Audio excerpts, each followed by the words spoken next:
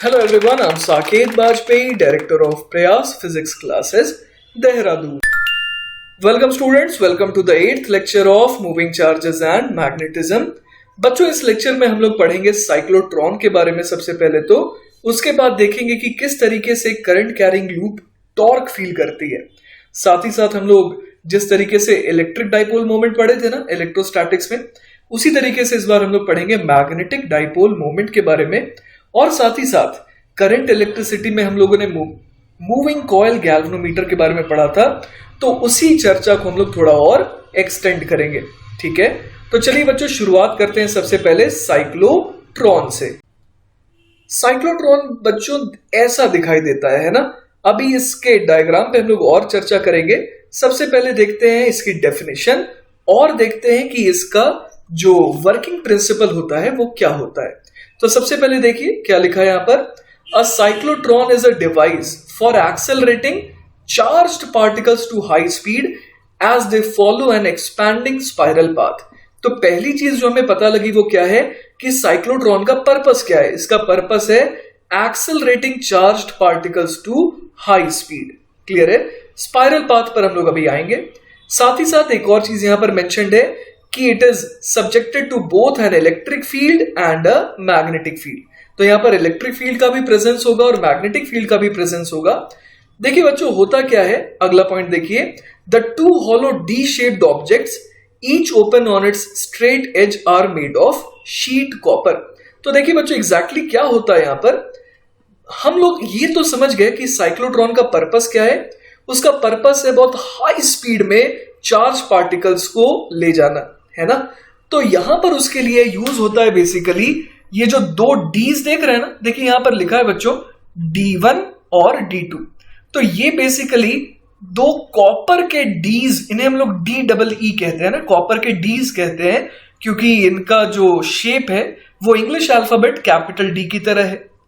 ये बने होते हैं किससे, ये कॉपर शीट से बने होते हैं और कॉपर से बनाने का इसका एक रीजन है। रीजन ये है बच्चों कि यहां पर देखिए इन्हें एक्सपोज किया जाता है इलेक्ट्रिक फील्ड से भी, मैग्नेटिक फील्ड भी होती है, पर अब शुरुआत में मैं बात करता हूं इलेक्ट्रिक फील्ड की। इलेक्ट्रिक फील्ड जो है वो यहां पर प्रेजेंट रहती है, लेकिन जब चार्ज पार्टिकल इन डीज के अंदर रहता है ना, तो आपको याद होगा कि एक कंडक्टर के अंदर क्या होता है, इलेक्ट्रिक फील्ड नहीं होती है ना। कंडक्टर के अंदर जो है इलेक्ट्रिक फील्ड गायब हो जाती है। उसका रीजन हम लोगों ने पढ़ रखा है, इलेक्ट्रोस्टैटिक शील्डिंग इफेक्ट कह सकते हैं उसे। तो जब ये अंदर होता है इन डीज के, तो इस पर कौन सा फील्ड एक्ट करता है, सिर्फ और सिर्फ मैग्नेटिक फील्ड, जिसकी वजह से ये एक डी के अंदर क्या करता है, सेमी सर्कुलर पाथ में घूमता है ना। और साथ ही साथ जब ये इन डीज के बीच के स्पेस में होता है, जैसे कि आप देख पा रहे हैं ना, यहां पर दोनों डी के बीच में एक खाली स्पेस भी है, तो वहां पर जब ये होता है तो इसकी मुलाकात होती है इलेक्ट्रिक फील्ड से।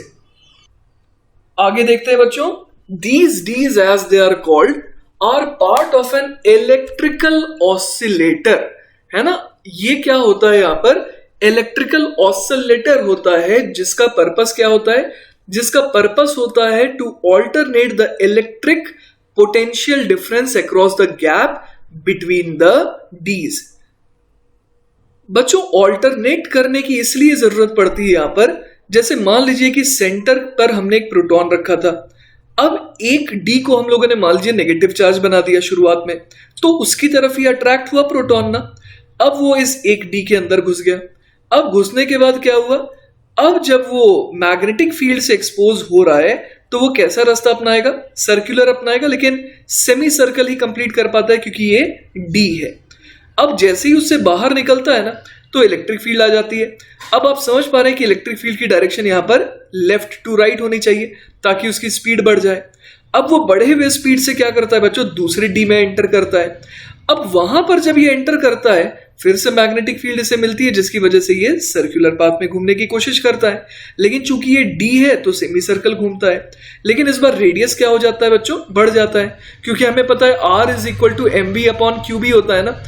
अब यहां पर अगर v बढ़ेगा तो R को भी बढ़ना पड़ेगा, तो इसीलिए इसका जो रास्ता होता है वो कैसा होते जाता है, ये होते जाता है स्पाइरल, जिसका रेडियस बढ़ता जा रहा है।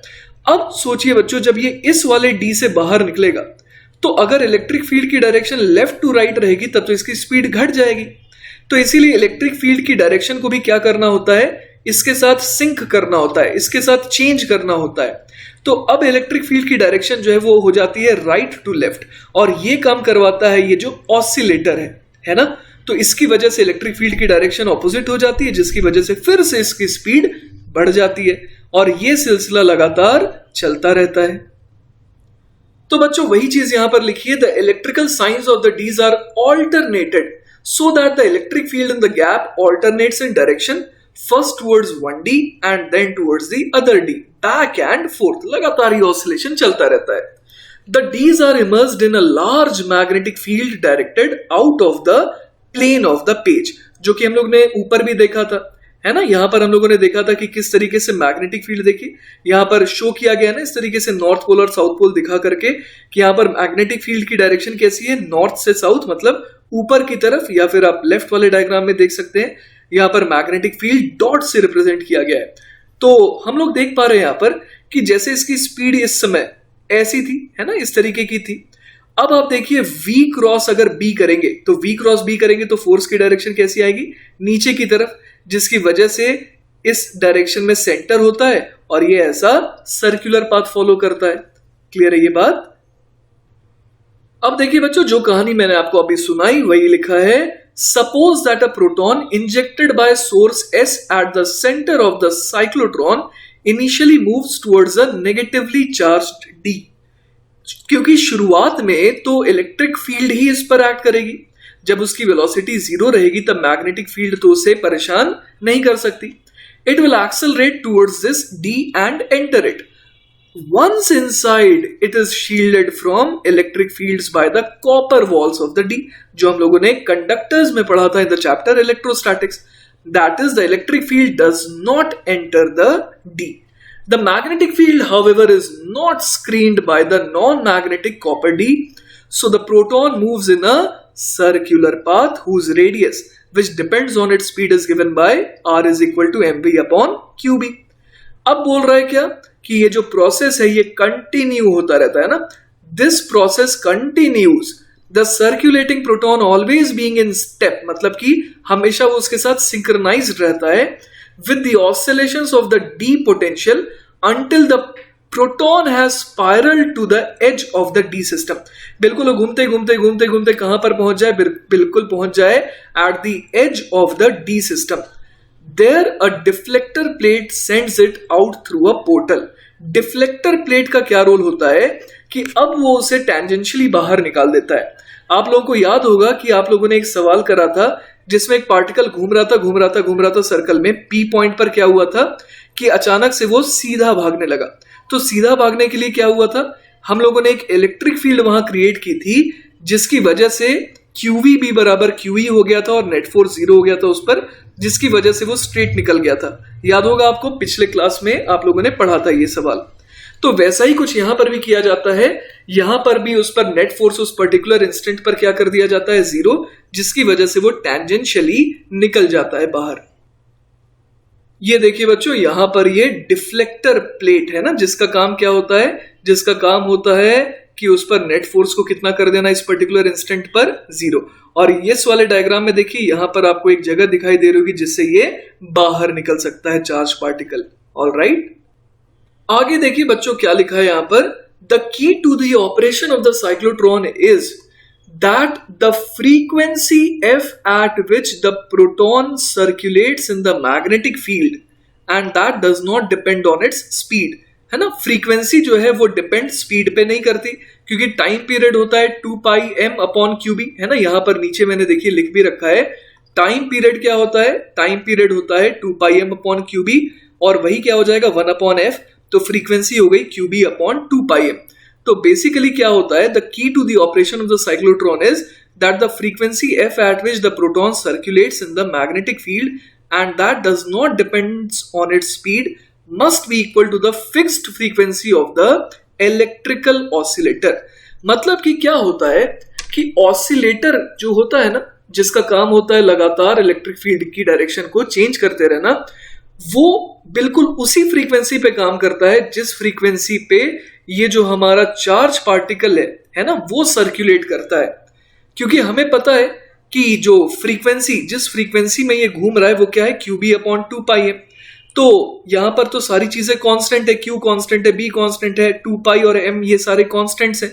तो अगर ये कांस्टेंट है तो हम लोग उसी फ्रीक्वेंसी का क्या रख देते हैं, ऑसिलेटर रख देते हैं, जिसकी वजह से आराम से ऑटोमेटिकली ये काम होता रहता है। कौन सा काम होता रहता है, लगातार इलेक्ट्रिक फील्ड की डायरेक्शन पलटते रहती है अपने आप, है ना।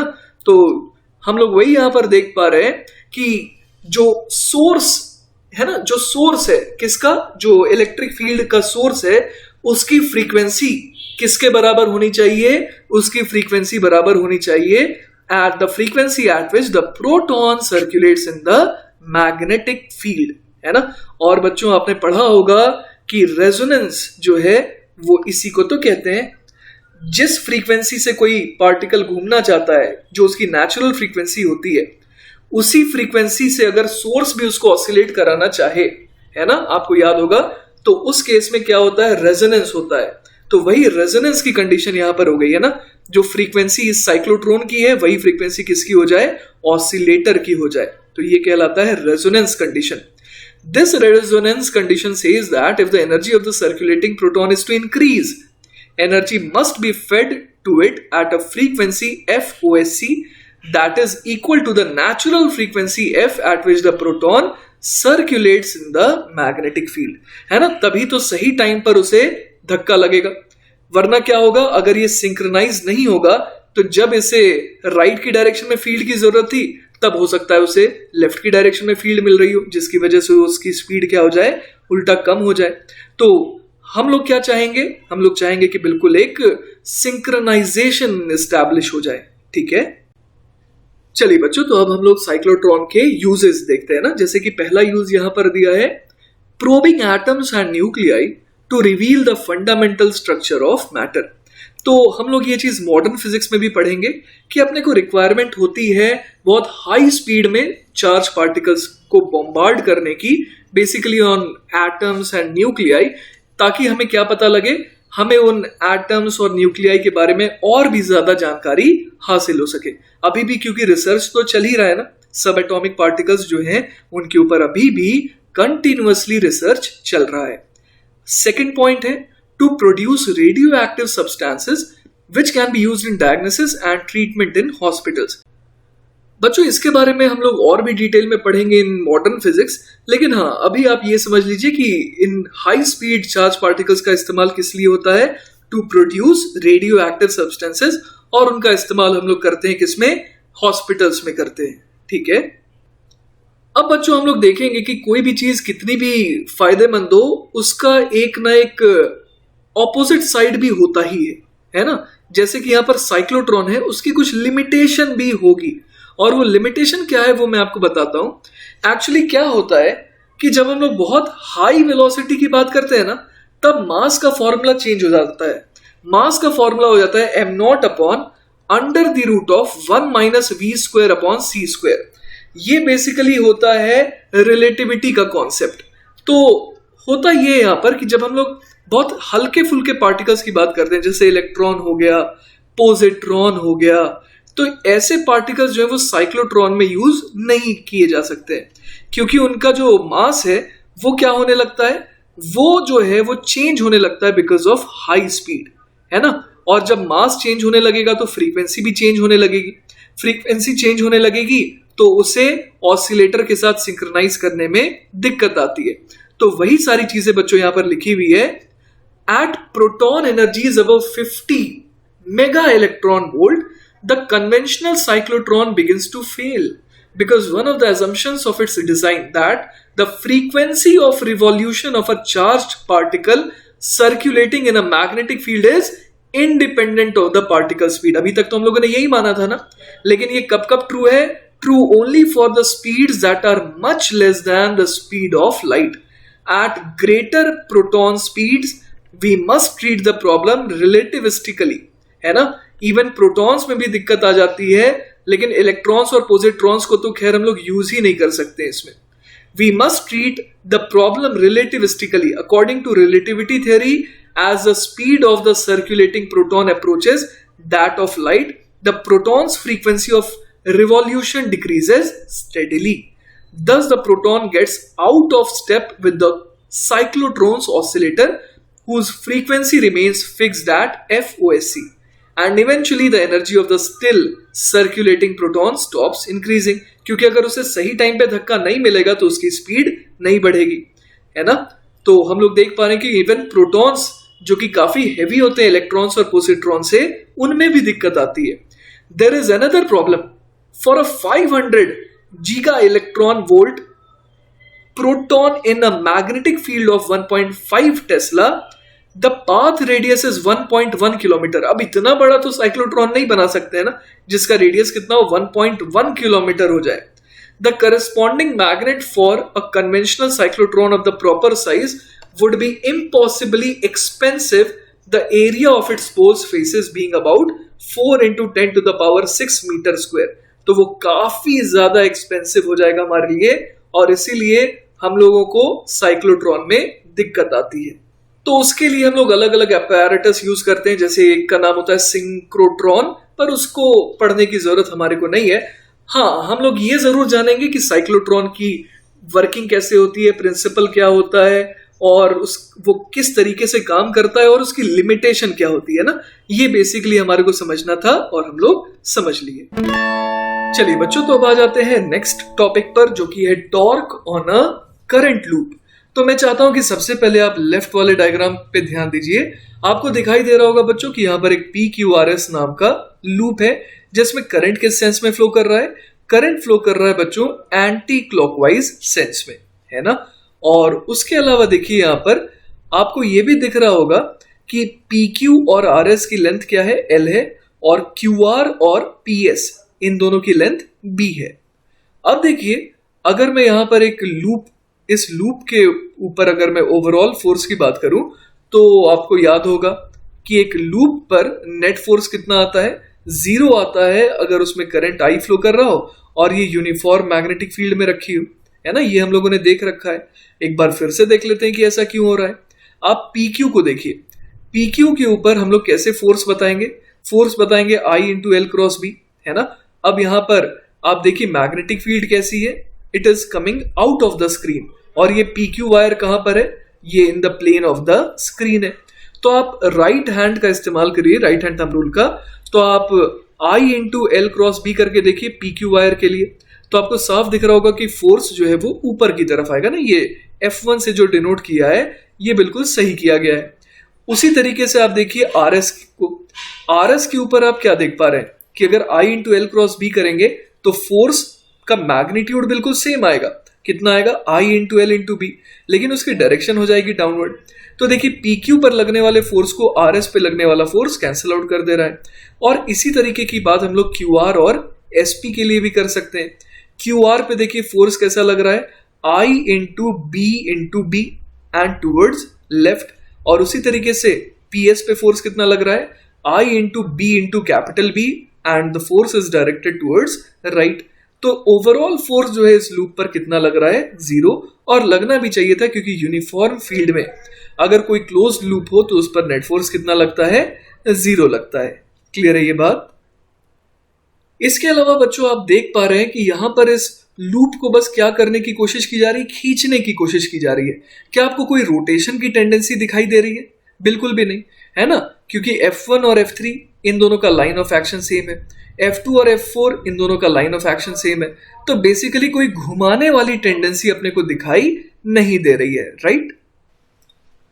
अब बच्चों मैं चाहता हूं कि आप राइट वाले डायग्राम पे अपना फोकस रखें। बेसिकली इस डायग्राम को ऐसे आप समझ सकते हैं कि ये लूप जैसे थी ना, इसमें क्या किया गया कि ये जो बीच वाली लाइन है ना WU, इसको आप होल्ड करके रखिए और PQ को मारिए धक्का पीछे की तरफ, तो ऑब्वियस है कि SR आ जाएगा आगे की तरफ। बात समझ रहे हैं। WU को हम लोग होल्ड करके रख रहे हैं इसी स्क्रीन के प्लेन में, लेकिन PQ को मार रहे हैं धक्का पीछे की तरफ। तो आप समझ पा रहे हैं ना कि SR जो है वो आगे आएगा। तो वही डायग्राम यहां पर दिखाने की कोशिश की गई है, और कितने एंगल से पीछे धक्का दिया गया है, तो थीटा एंगल से इसे पीछे धक्का दिया गया है। है ना। तो ऐसा हम लोग समझ सकते हैं कि डायग्राम बनेगा। अब देखिए कि करंट वही है ना, और यहाँ पर साइड वही है, रेक्टेंगल में तो कोई भी चेंज नहीं आया, बस रेक्टेंगल को अब स्क्रीन के प्लेन में नहीं रखा गया, है ना। स्क्रीन के प्लेन में सिर्फ और सिर्फ क्या है, ये जो लाइन WU है वो है। I think I am pretty clear.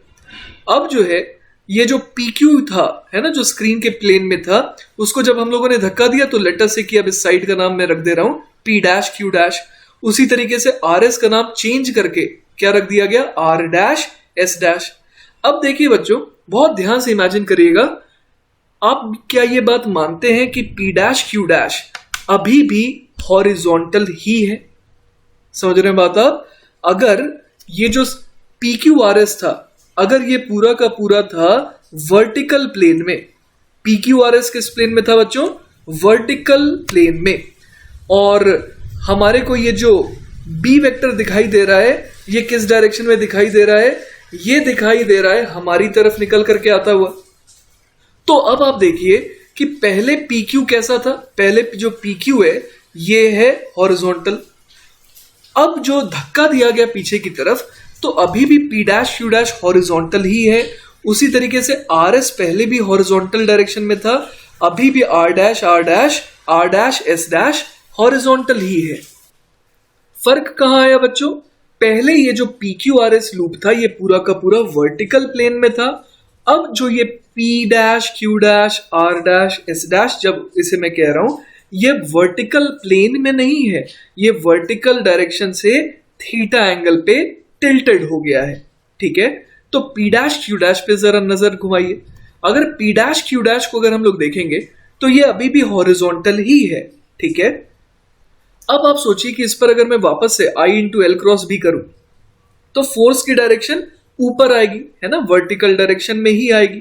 ठीक है, और उसी तरीके से अगर मैं R', S' को देखूं तो जिस डायरेक्शन में फोर्स पहले लग रहा था उसी डायरेक्शन में फोर्स अभी भी लगेगा।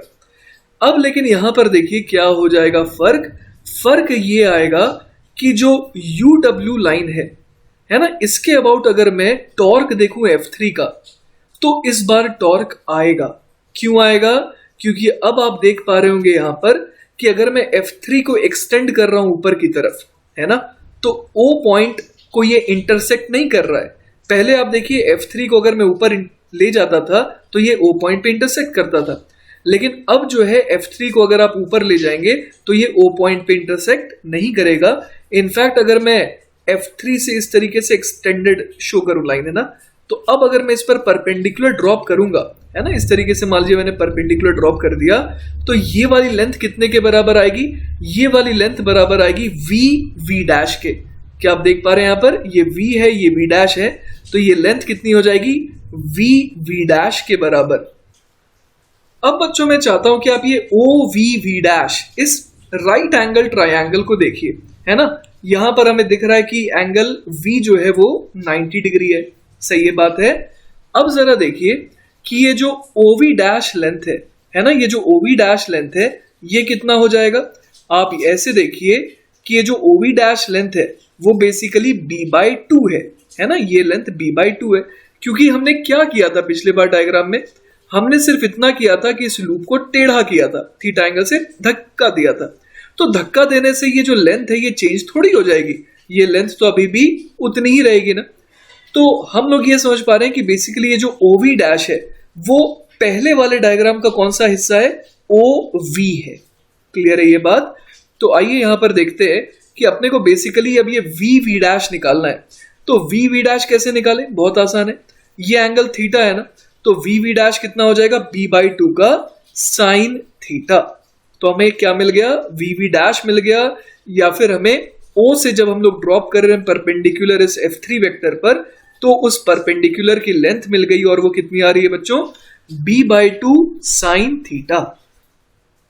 तो इसी तरीके से हम लोग F1 की वजह से भी टॉर्क देख सकते हैं, है ना। आप ऐसे देखिए कि अगर मैं ऐसा सोचूं कि O पॉइंट, चलिए पहले हम लोग देखते हैं कि O पॉइंट के अबाउट टॉर्क कितना आ रहा है। तो O पॉइंट के अबाउट F3 का टॉर्क किस सेंस में आ रहा है, F3 का टॉर्क जो है वो इस तरीके का आ रहा है एज इफ कि हमें ऐसा लग रहा है कि ये टॉर्क वापस से, ये जो लूप है ना, जिसको हमने टिल्ट किया है उसको वापस से इसी ओरिएंटेशन में लाने की कोशिश कर रहा है, पुराने वाले ओरिएंटेशन में, है ना। ये जैसे ही हम लोगों ने जिस सेंस में इसे घुमाया उसके ऑपोजिट सेंस में ये जो टॉर्क आया वो उसे घुमाना चाह रहा है। आप आर क्रॉस एफ करके भी देख सकते हैं। देखिए आर क्रॉस एफ करके कैसे देखेंगे, ये ओ पॉइंट है और ये रहा, क्या कहलाएगा, ये आर वेक्टर कहलाएगा, और ये F3 ये फोर्स वेक्टर है। तो अगर आप R क्रॉस F करेंगे, है ना, जब आप R क्रॉस F करेंगे तो आपको ये समझ में आएगा कि इसको रोटेट करने का सेंस कुछ इस तरीके का हो रहा है कि नहीं। तो ये जो टॉर्क लग रहा है बेसिकली ये रीस्टोरिंग टॉर्क जैसा अपीयर हो रहा है। और सिमिलर बात हम लोग F1 के लिए भी कर सकते हैं। कैसे? O पॉइंट के अबाउट अगर देखें तो ये बन जाएगा R वेक्टर और ये F1 वेक्टर है ही, तो R क्रॉस F करेंगे तो ये भी इसे वापस से ऐसे घुमाने की कोशिश कर रहा है। तो बेसिकली ये जो टॉर्क है ये भी क्या चाह रहा है कि P डैश Q डैश वापस से कहां पर आ जाए, PQ वाले जगह पर आ जाए, है कि नहीं। तो हम लोग देख पा रहे हैं कि दोनों के दोनों टॉर्क सेम सेंस में घुमाना चाह रहे हैं ना, इस तरीके से घुमाना चाह रहे हैं। क्लियर है? मतलब कि अगर टॉर्क के बच्चों में डायरेक्शन बोलूं तो टॉर्क की डायरेक्शन इस डायग्राम के हिसाब से टूवर्ड्स राइट आ रही है कि नहीं। तो हमारे को ये समझ में आया कि टॉर्क जो है वो वापस से इसको रीस्टोर करना चाह रहा है। हमने धक्का दिया इसे, कैसे धक्का दिया था हमने, PQ को पीछे, RS को आगे। तो अब क्या चाह रहा है ये टॉर्क कि PQ पीछे से वापस से स्क्रीन के प्लेन में आ जाए और RS जो कि बाहर निकला हुआ है स्क्रीन के प्लेन से वो वापस से कहां चला जाए, स्क्रीन के प्लेन में। तो बच्चों अब हम लोग देख सकते हैं यहां पर कि F1 और F3 की वजह से टॉर्क कैसा आ रहा है, इसे रिस्टोर करने वाला। लेकिन आप O पॉइंट के अबाउट देखिए तो F2 और F4 का कोई टॉर्क नहीं आ रहा, क्योंकि F2 और F4 दोनों सेम लाइन के अलोंग एक्ट कर रहे हैं, है ना। तो इनकी वजह से कोई घुमाने वाला टॉर्क तो आ नहीं पा रहा है। तो अब देखते हैं बच्चों कि ये जो टोटल टॉर्क आया ना वो मैग्नीट्यूड वाइज कितना आ रहा है।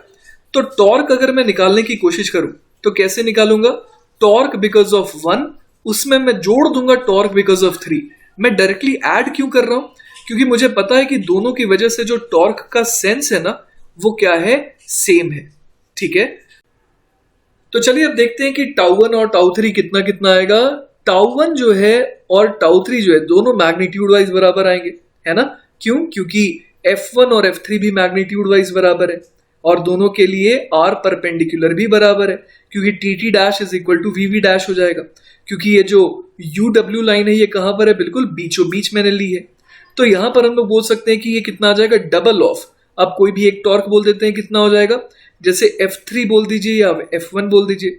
F3 को अगर मैं लूं तो F3 कितना आ जाएगा, वो आ जाएगा I इंटू, इसकी लेंथ कितनी है, इसकी लेंथ L है और मैग्नेटिक फील्ड का मैग्नीट्यूड B है। तो ये तो हो गया फोर्स को मल्टीप्लाई कर देंगे R परपेंडिकुलर से, जो कि कितना आया था B/2 साइन ऑफ थीटा। और मैंने डबल यहां पर लगा ही रखा है क्योंकि दोनों की वजह से टॉर्क को ऐड करना है। ऐड क्यों करना है वो भी हम लोगों ने चर्चा कर ली है, क्योंकि दोनों के दोनों टॉर्क का सेंस सेम है ना। दोनों ही इसे क्या करना चाह रहे हैं, रीस्टोर करवाना चाह रहे हैं, दोनों ही घुमा करके वापस से इसे इसी पुराने ओरिएंटेशन में लाने की कोशिश करना चाह रहे हैं। तो हम लोग क्या देख पा रहे हैं, यहाँ पर टॉर्क का मैग्नीट्यूड कितना आ गया, ये 2 से 2 कैंसिल आउट हो गया और ये कितना बन जाएगा, I इंटू ये बन जाएगा L into B multiplied by capital B sine of theta. अच्छा ये L इंटू B क्या है, ये तो एरिया ऑफ द रेक्टेंगल है ना। तो इसे मैं और क्या बोल सकता हूं, टाउ इज इक्वल टू आ गया current into area into magnetic field का magnitude into sine of theta. अब बच्चों मैं आपको एक नई चीज सिखाता हूं यहां पर, कि जैसे कि मान लीजिए हमारे पास ये करंट कैरिंग लूप है ना। तो हमें क्या करना होगा, हमें करना होगा इस लूप के अलोंग, जैसे यहां पर डायग्राम में दिया हुआ है ना, कि लूप के अलोंग आप अपने फिंगर्स को कर्ल करिए और लूप के परपेंडिकुलर डायरेक्शन में देखिए आपका थंब पॉइंट कर रहा है। तो ये जो डायरेक्शन है ये डायरेक्शन कहलाएगी एरिया वेक्टर की डायरेक्शन। मतलब हम लोग एक नया वेक्टर डिफाइन कर रहे हैं जिसका नाम क्या देंगे, एरिया वेक्टर। ठीक है, और वो किस डायरेक्शन में होगा, using right hand thumb rule हम लोग यहां पर उसकी डायरेक्शन निकालेंगे। करंट के घूमने के सेंस में आपको क्या करना है बच्चों, अपने राइट हैंड के फिंगर्स को इस तरीके से कर्ल करना है। तो जैसे कि अगर मैं इस पहले वाले डायग्राम को देखूं है ना। पहले वाले डायग्राम को अगर मैं देखूं तो अगर आप राइट हैंड थंब रूल का इस्तेमाल करेंगे तो आप देख पा रहे होंगे कि ये जो डायरेक्शन है एरिया वेक्टर की वो किधर आ जाएगी, आपकी तरफ आ जाएगी, है ना। अगर आप इसको इस तरीके से घुमाएंगे अपने राइट हैंड के फिंगर्स को तो थंब आपकी तरफ पॉइंट कर रहा होगा। अब आप सोचिए कि आपका थंब इधर है ना। आप एक काम करिए, थोड़ी देर के लिए इस लूप के साथ अपने राइट हैंड थंब रूल वाले तरीके से अपने थंब को चिपका करके रखिए।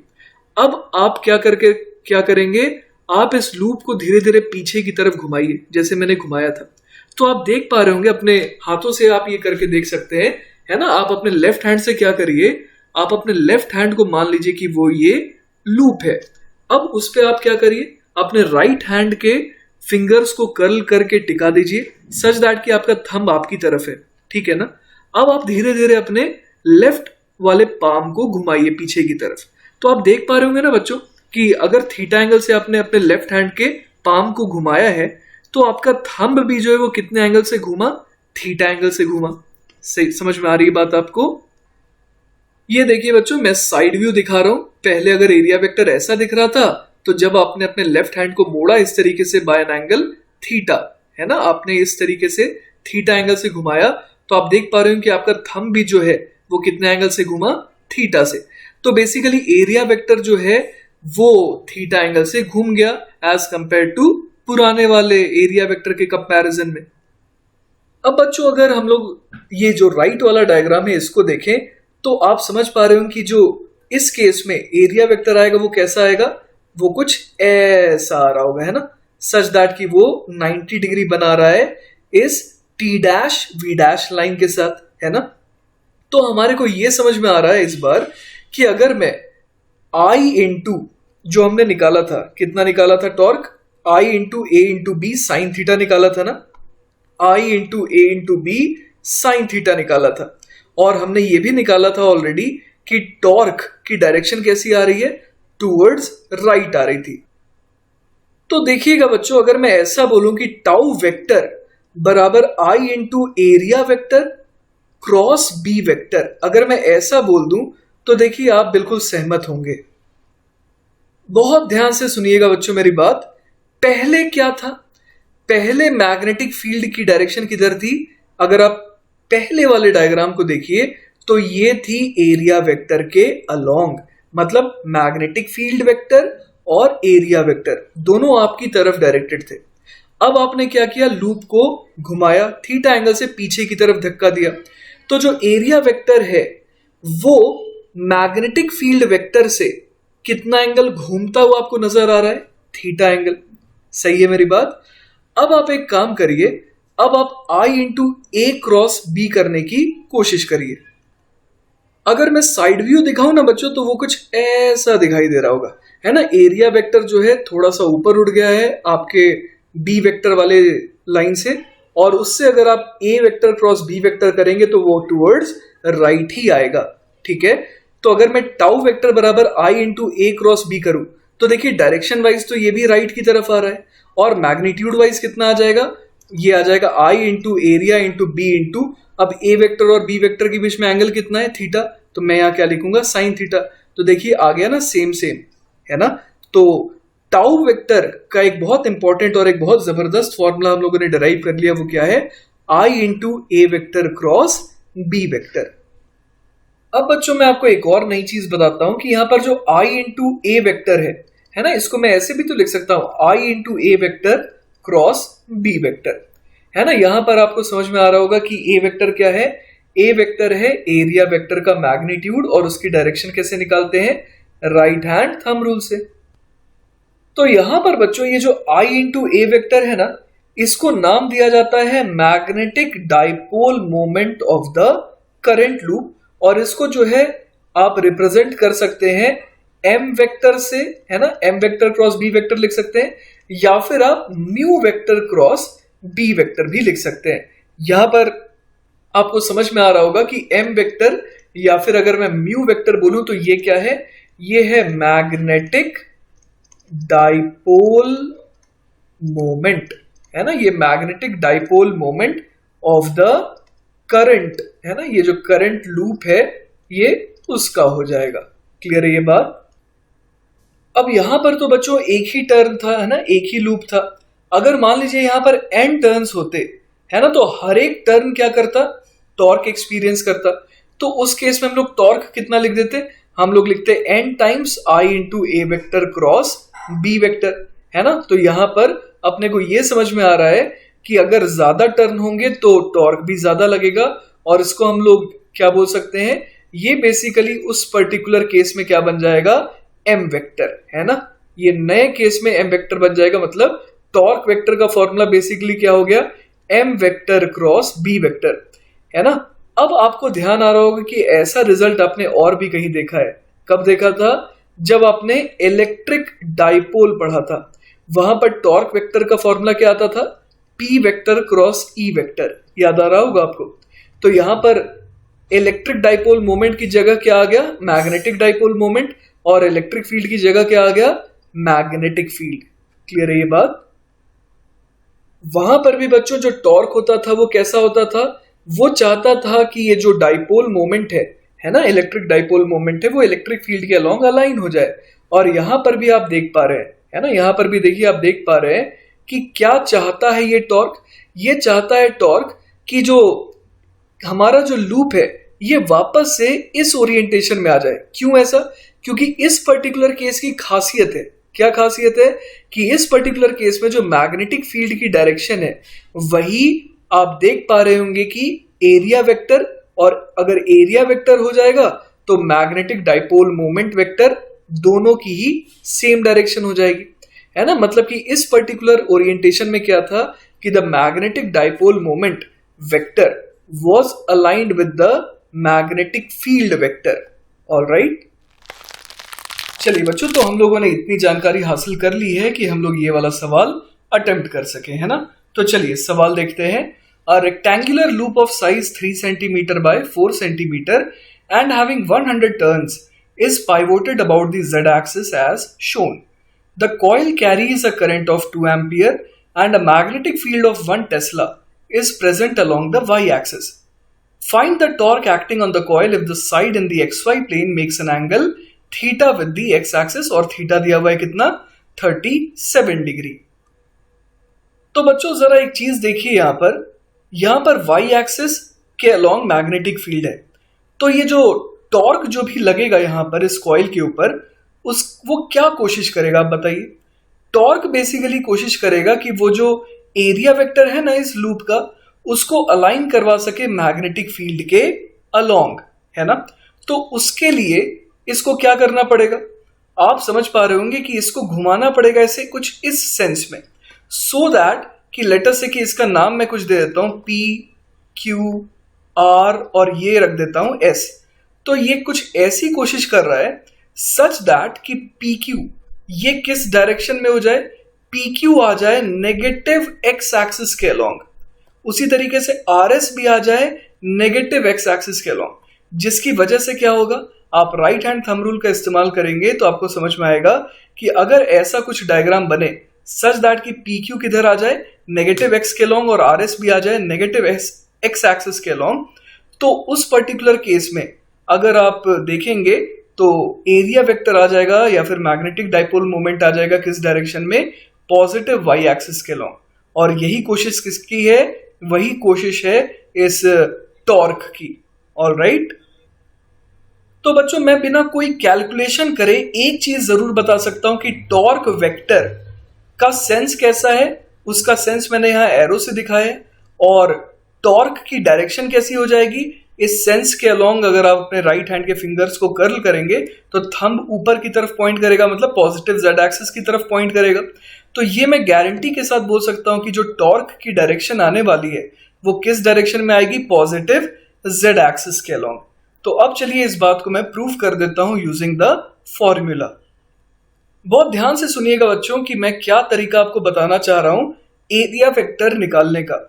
अब मैं ऐसे सोच रहा हूं कि मैं इस PQRS को ट्रीट कर रहा हूं एक दरवाजे की तरह, है ना। और मान लीजिए ये जो दरवाजा है शुरुआत में लेट अस से कि ZX प्लेन में अगर होता, है ना, अगर P जहां पर है वहीं पर है, Q मान लीजिए कि यहां पर होता और S मान लीजिए यहां पर होता, मतलब अगर PQSR कुछ ऐसा दिखाई दे रहा होता, और इसमें करंट कैसे फ्लो कर रहा है, Q से P के अलॉन्ग। तो अगर आप राइट हैंड थंब रूल का इस्तेमाल करेंगे तो आपको यह समझ में आ रहा होगा कि एरिया वेक्टर किस डायरेक्शन में आता उस मोमेंट पर। एरिया वेक्टर उस केस में आता अलोंग नेगेटिव वाई एक्सिस, है ना, नेगेटिव वाई एक्सिस के अलोंग एरिया वेक्टर आता। अब मैंने क्या करा, मैंने इस ओरिएंटेशन से लेट अस इमेजिन कि मैं थीटा एंगल घुमा दिया इस दरवाजे को, तो जो एरिया वेक्टर है वो भी क्या होगा, वो भी इसके साथ घूमेगा कितने एंगल से, थीटा एंगल से, है ना, और थीटा अपने को दिया हुआ है 37 डिग्री। ठीक है, तो एरिया वेक्टर मुझे समझ में आ रहा है कि वो नेगेटिव वाई एक्सिस से किस तरफ घूमने की कोशिश कर रहा है, वो नेगेटिव वाई एक्सिस से टूवर्ड्स पॉजिटिव एक्स एक्सिस घूमने की कोशिश कर रहा है, क्योंकि पॉजिटिव एक्स एक्सिस एक्चुअली ये रही, है ना, जो आपकी तरफ निकल रहा है वो पॉजिटिव एक्स एक्सिस है। तो मुझे एरिया वेक्टर समझ में आ रहा है कि वो कहां पर होगा। अब देखिए इस बार मुझे फॉर्मूला लगाना है टाउ बराबर M vector cross B vector, है ना, और एम वेक्टर क्या होता है, वो होता है N into I into A vector cross B vector. सही है ना ये बात। अब देखिए यहां पर एरिया वेक्टर कुछ इस डायरेक्शन में होगा। एरिया का मैग्नीट्यूड कितना हो जाएगा, देखिए 3 सेंटीमीटर बाय 4 सेंटीमीटर है, मतलब कि एरिया वेक्टर हो जाएगा उसका मैग्नीट्यूड 12 सेंटीमीटर स्क्वायर। ये बेसिकली एरिया वेक्टर का मैग्नीट्यूड है, जो कि बेसिकली एरिया हो गया, है ना। तो यहां पर मैं क्या बोल सकता हूं कि एरिया वेक्टर का मैग्नीट्यूड कितना है, 12 सेंटीमीटर स्क्वायर। और इस एरिया वेक्टर को मैं 2 कंपोनेंट में तोड़ सकता हूं, है ना। तो मैं एरिया वेक्टर को क्या लिख सकता हूं, 12 सेंटीमीटर स्क्वायर और साइन थीटा आई कैप, क्योंकि पॉजिटिव एक्स इधर है, और क्या लिख सकता हूं, plus 12 centimetre square cos theta, लेकिन डायरेक्शन इस बार क्या हो जाएगी, माइनस जे कैप। तो बेसिकली मेरे पास एरिया वेक्टर तो आ गया। तो अब मैं क्या करूंगा, अब मैं यहां पर लिख देता हूं कि टाउ वेक्टर बराबर कितना हो जाएगा, N into I into A vector cross B vector. अब देखते हैं डेटा क्या क्या गिवन था। आप देख सकते हैं बच्चों की अपने को नंबर ऑफ टर्न्स दिए हुए थे 100, उसके अलावा करंट दिया हुआ था 2 एम्पियर और मैग्नेटिक फील्ड दिया हुआ था 2 टेस्ला, और थीटा कितना था 37 डिग्री। तो इन डेटा का इस्तेमाल करके नीचे वैल्यू भर देते हैं। तो देखिए यहां पर मैं भर देता हूं, एन लिख देता हूं 100, करंट में लिख देता हूं 2 एम्पियर, फिर एरिया लिख देता हूं 12 सेंटीमीटर स्क्वायर। एक काम करते हैं, इसको एसआई यूनिट में कन्वर्ट कर लेते हैं ना, चूंकि सब कुछ मैंने एसआई यूनिट में ही रखा है। तो 12 अपॉन 100 100 है ना, 12 अपॉन 10 टू द पावर 4। और आगे क्या लिखूं, आगे मैं लिखूंगा साइन थीटा आई कैप, मतलब कि साइन थीटा कितना हो जाएगा, साइन 37 होता है 3/5, तो 3/5 आई कैप, और अगला टर्म हो जाएगा माइनस ऑफ, ये कितना हो जाएगा भाई, कॉस ऑफ 37 4/5 जे कैप। और इसका क्रॉस करना है मुझे किसके साथ, आप देख सकते हैं यहां पर 1 टेस्ला मैग्नीट्यूड और डायरेक्शन पॉजिटिव वाई के अलॉन्ग है। तो मैं यहां लिख देता हूं 1 टेस्ला, तो सब कुछ एसआई यूनिट में, इसलिए मैं एसआई यूनिट लिख नहीं रहा हूं, और डायरेक्टली क्या लिख दूं यहां पर, जे कैप, है ना। तो ये कितना आ जाएगा, टाउ वेक्टर बराबर देखते हैं कितना आ जाएगा, 2 0 से ये 2 0 चले गए, है ना, और यहाँ क्या बच गया, 12 2 24, 24 अपॉन 100, है ना, और साथ ही साथ 5 को भी चलिए कॉमन ले लेते हैं। अब क्या आ जाएगा यहाँ पर, 3 आई कैप क्रॉस जे कैप। अब आई कैप क्रॉस जे कैप होता है पॉजिटिव के, है ना, तो ये कितना बन गया, ये बन गया 3 के कैप, और जे कैप क्रॉस जे कैप तो 0 हो जाना है, तो ये इतना आ गया। तो कितना हो गया ये हमारे को दिख रहा है कि ये हो जाएगा 24 इंटू 3, है ना, ये हो जाएगा 72। तो 72 अपॉन 500, और सब कुछ ऐसा यूनिट में लिए, तो ये कितना आ जाएगा, न्यूटन मीटर, और डायरेक्शन के कैप। तो यहां से देखिए बच्चों, टाउ वेक्टर हमारे पास आ जाएगा लगभग 0.14 न्यूटन मीटर के कैप। तो मैंने आपको पहले भी बताया था कि के कैप ही आना चाहिए टॉर्क वेक्टर, और देखिए फॉर्मूले से, कैलकुलेशन से भी ये जो डायरेक्शन है ये किधर को आ रही है, के कैप के अलॉन्ग ही आ रही है। ऑलराइट, चलिए बच्चों, तो नेक्स्ट टॉपिक है current loop as a magnetic dipole. हम लोगों ने ऑलरेडी देख रखा है कि करंट लूप जो है ना, उससे क्या एसोसिएटेड होता है, मैग्नेटिक डाइपोल मोमेंट वेक्टर। तो ऐसा क्यों होता है वो हम लोग देखने की कोशिश करेंगे। देखिए यहाँ पर क्या होता है कि मान लीजिए यहाँ पर जैसे कि आप देख पा रहे हैं करंट कैरिंग लूप है, और करंट कैरिंग लूप के हिसाब से हम लोग ये भी सीखा है कि हम लोग कैसे एरिया वेक्टर निकालते हैं, है ना। और एरिया वेक्टर के ही अलोंग क्या होता है, मैग्नेटिक डाइपोल मोमेंट, है ना। तो हम लोग सिर्फ अगर इस लूप को देखें तो हम लोग ये फील कर सकते हैं कि ऊपर की तरफ क्या होगा, ऊपर की तरफ मैग्नेटिक डाइपोल मोमेंट, है ना। अगर मैं इस रिंग को किस प्लेन में मान रहा हूं, इस रिंग को हॉरिजॉन्टल प्लेन में अगर मान रहा हूं तो वर्टिकल डायरेक्शन में मैं बोल सकता हूं कि मैग्नेटिक डाइपोल मोमेंट वेक्टर होगा। अब देखिए यहां पर मैग्नेटिक फील्ड लाइन उसके हिसाब से कुछ इस तरीके की आती है। अब यहां पर क्या होगा, अगर मान लीजिए मैं एक मैग्नेट मान लूं, है ना, बेसिकली बार मैग्नेट हम लोग कहते हैं। अगर मैं यहां पर एक बार मैग्नेट मान लूं जिसमें एक नॉर्थ पोल होता है, एक साउथ पोल होता है, बेसिक चीजें आई होप कि हम सबको पता है ना। तो उस केस में क्या होता है कि मैग्नेटिक फील्ड लाइन बिल्कुल ऐसी ही बनती है जैसी कि इस सर्कुलर लूप की वजह से आ रही है, डिट्टो ऐसा ही बनता है ना। और हम लोग याद है क्या कर पढ़े थे इलेक्ट्रोस्टैटिक्स में, हम लोगों ने पढ़ा था कि अगर मान लीजिए यहां पर एक नेगेटिव चार्ज है और एक यहां पर एक पॉजिटिव चार्ज है, तो आपको ध्यान होगा बच्चों कि हम लोगों ने इलेक्ट्रिक डाइपोल मोमेंट की डायरेक्शन कैसी मानी थी, नेगेटिव से पॉजिटिव। तो उसी तरीके का एक रिजेम्बलेंस यहां पर भी होता है मैग्नेटिज्म में भी। हम लोग इसको और डीप में अगले चैप्टर में पढ़ेंगे, तो उसमें क्या हम लोग देखेंगे कि साउथ से नॉर्थ की डायरेक्शन में हम लोग क्या मानते हैं, मैग्नेटिक डाइपोल मोमेंट की डायरेक्शन।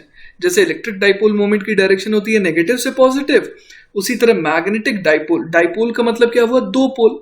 तो जैसे इलेक्ट्रिक में हम लोग देखे थे कि नेगेटिव और पॉजिटिव होता है, वैसे ही मैग्नेटिज्म में हम लोग देखेंगे कि साउथ और नॉर्थ होता है।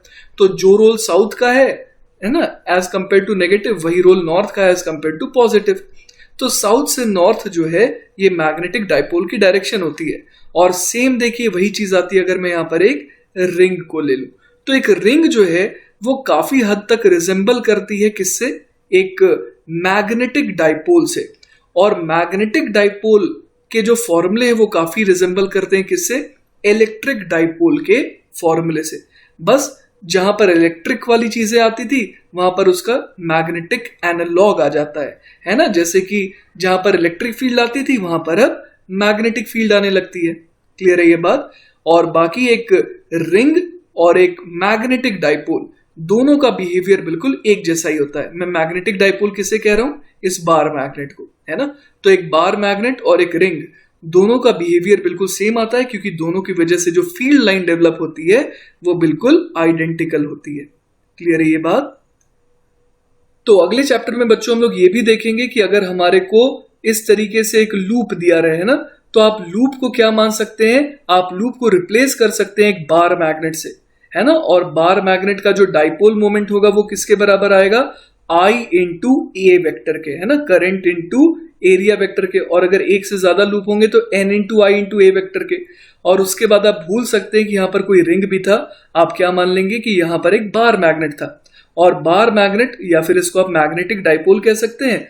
और ये हम लोग क्यों चुनना चाहते हैं, क्योंकि एक मैग्नेटिक डाइपोल के फॉर्मूले रिजेंबल करते हैं किससे, इलेक्ट्रिक डाइपोल के फॉर्मूले से, जो हम लोग भली भांति परिचित हैं जिससे, क्योंकि हम लोगों ने इलेक्ट्रोस्टैटिक्स को बहुत अच्छे से पढ़ रखा है।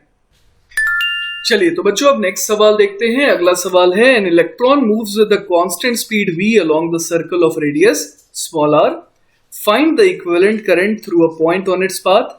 सेकेंड पार्ट है, find the magnetic moment of the circulating electron.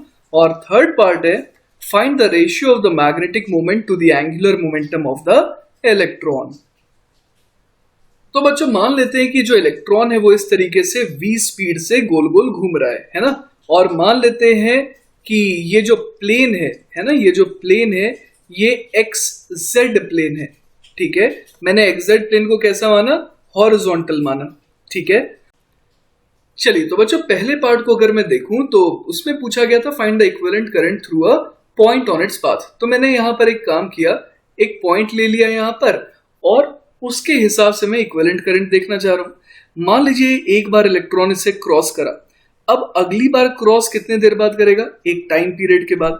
जहां पर मैं टाइम पीरियड किसे कह रहा हूं, मैं टाइम पीरियड कह रहा हूं 2πr अपॉन v को, क्योंकि इतने देर बाद ही ये वापस से इस पॉइंट पर पहुंचेगा। तो इस पॉइंट के हिसाब से क्या कह सकता हूं मैं कि इलेक्ट्रॉन जो है overall 2 pi R upon V time में क्रॉस कर रहा है ना। हम लोग जानते हैं कि एवरेज करंट क्या होता है, एवरेज करंट होता है चार्ज जो क्रॉस कर रहा है अपॉन टाइम टेकन, है ना। तो यहां पर चार्ज में कितना बोल सकता हूं, चार्ज में बोल सकता हूं माइनस ई, और उसको क्या कर दूंगा, टाइम से डिवाइड कर दूंगा, मतलब 2 पाई आर अपॉन वी। तो ये कितना आ गया, ये आ गया minus E V upon 2 pi R. यहां पर ये माइनस साइन क्या बता रहा है, वो बस ये बताना चाह रहा है कि जिस डायरेक्शन में करंट का फ्लो है ना, उसके उसके ऑपोजिट डायरेक्शन में एक्चुअली इलेक्ट्रॉन मूव कर रहा है। जैसे इलेक्ट्रॉन मूव कर रहा है किस तरीके से, इलेक्ट्रॉन मूव कर रहा है, अगर मैं ऊपर से देखूं तो मुझे ऐसा लगेगा कि इलेक्ट्रॉन जो है वो मूव कर रहा है एंटी क्लॉकवाइज सेंस में। तो उस हिसाब से अगर मैं ऊपर से देखूं तो करंट की डायरेक्शन क्या होगी, वो होनी चाहिए क्लॉकवाइज। ऑलराइट, चलिए बच्चों, तो अब आ जाते हैं सेकंड पार्ट में, जिसमें हमसे क्या बोला गया है, find the magnetic moment of the circulating electron. तो हमें पता है कि म्यू वेक्टर कितना होता है, वो होता है आई इंटू ए वेक्टर। अब यहां पर हमारे को पता है कि हम लोग यहां पर क्या बोल सकते हैं कि करंट का मैग्नीट्यूड कितना था, करंट का मैग्नीट्यूड था E divided by 2 pi R upon V, और एरिया का मैग्नीट्यूड कितना हो जाएगा, वो हो जाएगा पाई आर स्क्वायर। अब डायरेक्शन ऑफ एरिया वेक्टर कैसे निकालें, तो हमें पता है कि अगर इलेक्ट्रॉन इस तरीके से घूम रहा है तो करंट की डायरेक्शन कैसी हो जाएगी, इसके ऑपोजिट। तो अगर मैं ऐसा सोचूं कि करंट के हिसाब से अगर मैं राइट हैंड थंब रूल लगाऊं तो डायरेक्शन कैसी आएगी, वो आएगी माइनस जे कैप के अलॉन्ग, है ना, ये माइनस जे कैप के अलॉन्ग आ जाएगा। तो ऐसा क्यों मैं कह रहा हूं, आइए मैं आपको एक बार दिखा देता हूं निकाल करके। देखिए इसी लूप में मैं क्या बना दे रहा हूं, करंट की डायरेक्शन, है ना, करंट की डायरेक्शन अब ऐसी हो जाएगी, उल्टी हो जाएगी। तो अब अगर मैं अपने फिंगर्स को, राइट हैंड की फिंगर्स को कर्ल करने की कोशिश करूं इस सेंस में, तो आप देख पा रहे हो कि थंब जो है वो नीचे की तरफ डायरेक्टेड है, और यहाँ पर नीचे की तरफ डायरेक्शन मैंने किसे बोला है, माइनस जे कैप को, है ना, मतलब नेगेटिव वाई एक्सिस को। अब देखिए बच्चों, आखिरी पार्ट में क्या बोला गया था, find the ratio of the magnetic moment to the angular momentum of the electron. तो म्यू वेक्टर तो हमारे को मिल चुका है। अब देखिए हम लोग अगर एंगुलर मोमेंटम की बात करें तो ये जो इलेक्ट्रॉन है ना, इसको हम लोग कैसा घूमता हुआ माने, कुछ इस तरीके से माने थे। तो अब देखिए अगर एंगुलर मोमेंटम की बात करें तो एंगुलर मोमेंटम क्या होता है, एंगुलर मोमेंटम होता है एम वी आर या फिर आई इंटू ओमेगा। यहां पर आई क्या होता है, मोमेंट ऑफ इनर्शिया, है ना। तो यहां पर मैं देख सकता हूं कि मोमेंट ऑफ इनर्शिया कितना आ जाएगा, मोमेंट ऑफ इनर्शिया जो है वो आ जाएगा m इंटू आर स्क्वेयर, है ना। क्योंकि बेसिकली आप देखिए तो ये है, तो ये एक पार्टिकल है ना, और अगर मैं इस एक्सिस के अबाउट बात कर रहा हूं, जिस एक्सिस के अबाउट ये घूम रहा है, तो एक पार्टिकल के लिए कितना हो जाएगा, एम आर स्क्वायर हो जाएगा। तो ये तो एम आर स्क्वायर इसका मोमेंट ऑफ इनर्शिया हो गया, इसको मल्टीप्लाई कर देते हैं ओमेगा से, ओमेगा कितना हो जाएगा, v अपॉन आर, है ना। तो ये हमारे पास क्या आ गया, एंगुलर मोमेंटम का मैग्नीट्यूड आ गया। अब एंगुलर मोमेंटम की डायरेक्शन क्या हो जाएगी, तो डायरेक्शन के लिए आप देखिए कि ये जो मास है ये इस तरीके से घूम रहा है ना। तो इसके लिए ओमेगा जो है, जिस सेंस में ये घूम रहा है उसी सेंस में ओमेगा आ जाएगा। तो ओमेगा वेक्टर की डायरेक्शन हो जाएगी वैसे प्लस जे कैप के अलॉन्ग, है ना। ओमेगा वेक्टर की डायरेक्शन पॉजिटिव जे कैप के अलॉन्ग हो जाएगी। तो अपने को क्या निकालना था, ratio of magnetic moment to the angular momentum. तो म्यू वेक्टर अपॉन इसको एंगुलर मोमेंटम को कर देते हैं हम लोग। तो ये कितना आ जाएगा, mu vector upon L vector, ये कितना आ जा रहा है, ये आ जा रहा है EV pi are square upon 2 pi R divided by M R square into V upon R with a negative sign.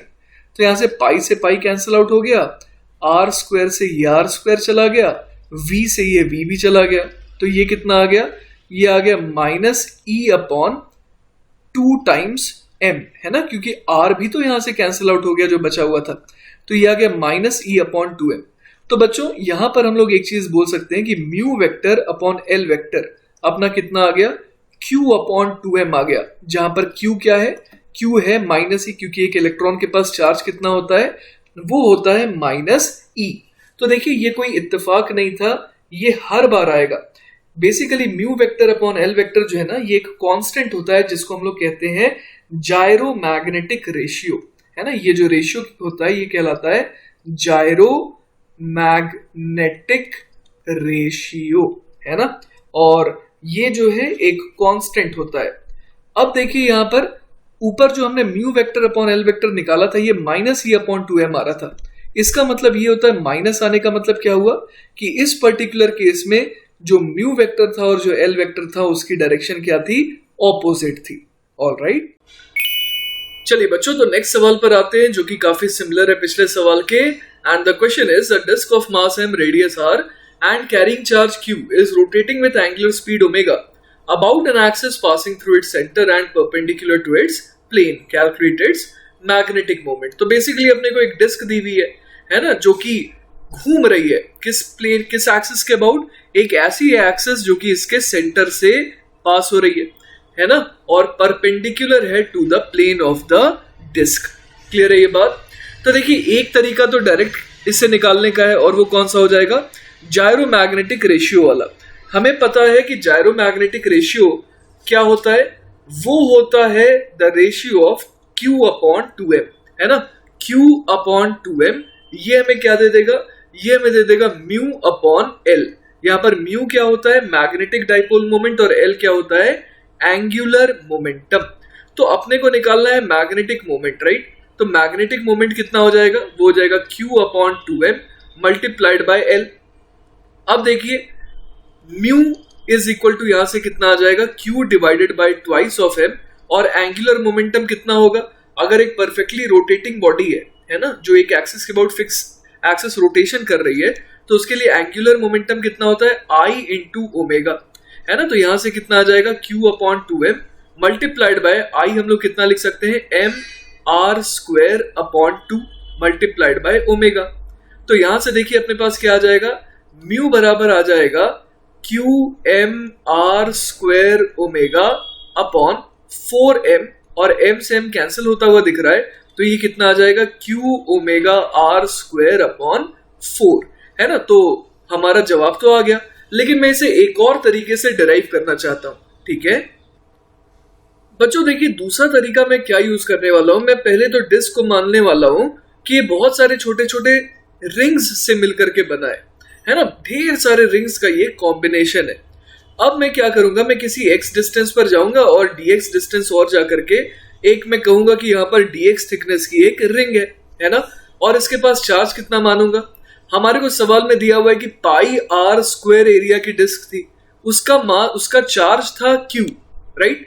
तो अब मेरे पास कितने एरिया की रिंग हो गई, 2 पाई x dx। तो इसके पास यूनिटरी मेथड से चार्ज कितना आ जाएगा, q upon pi r square into 2 पाई x dx, है ना। तो ये बेसिकली क्या आ गया मेरे पास, ये आ गया चार्ज ऑन द रिंग, जिसे मैं dq कह सकता हूं। अब जरा देखिए यहां पर कि इस रिंग के पास, है ना, रिंग से एसोसिएटेड करंट हम लोग कितना कह देंगे, करंट हम लोग कह देंगे dq अपॉन टाइम पीरियड, है ना, जितने देर में ये पूरा का पूरा एक रोटेशन कंप्लीट करता है।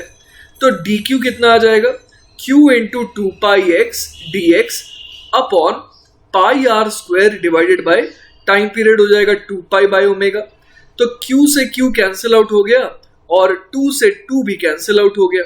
तो हमारे पास जो करंट है ना, एसोसिएटेड विद दिस रिंग, वो कितना आ गया, वो आ गया q omega x dx divided by pi r square, है ना। तो इस रिंग से एसोसिएटेड, है ना, इस रिंग से एसोसिएटेड मैग्नेटिक डाइपोल मोमेंट, जिसको मैं डी म्यू कह सकता हूं, वो कितना आ जाएगा, वो आ जाएगा I इंटू एरिया, है ना।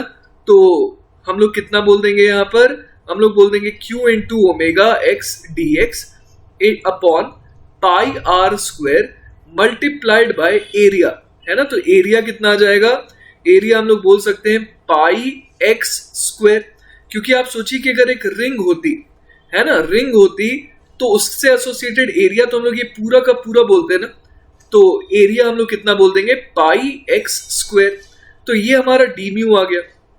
अब इसे कर देते हैं इंटीग्रेट, कहां से कहां तक, x will vary from 0 to small r। तो ये हमें क्या दे देगा, total magnetic dipole moment associated with the disc.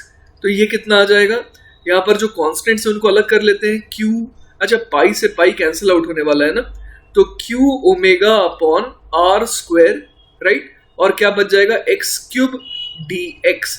और यहां पर अपने को इंटीग्रेशन करना है 0 से लेकर के r तक, तो ये कितना हो जाएगा Q omega upon R square, X की पावर 3 का हो जाएगा एक्स की पावर 4/4, मतलब ये हो जाएगा r की पावर 4 अपॉन 4। तो देखिए सिंप्लीफाई होकर के म्यू कितना आ जा रहा है, म्यू आ जा रहा है Q omega R square upon 4, और यही तो जवाब आया था हमारा जायरोमैग्नेटिक रेशियो की मदद से भी।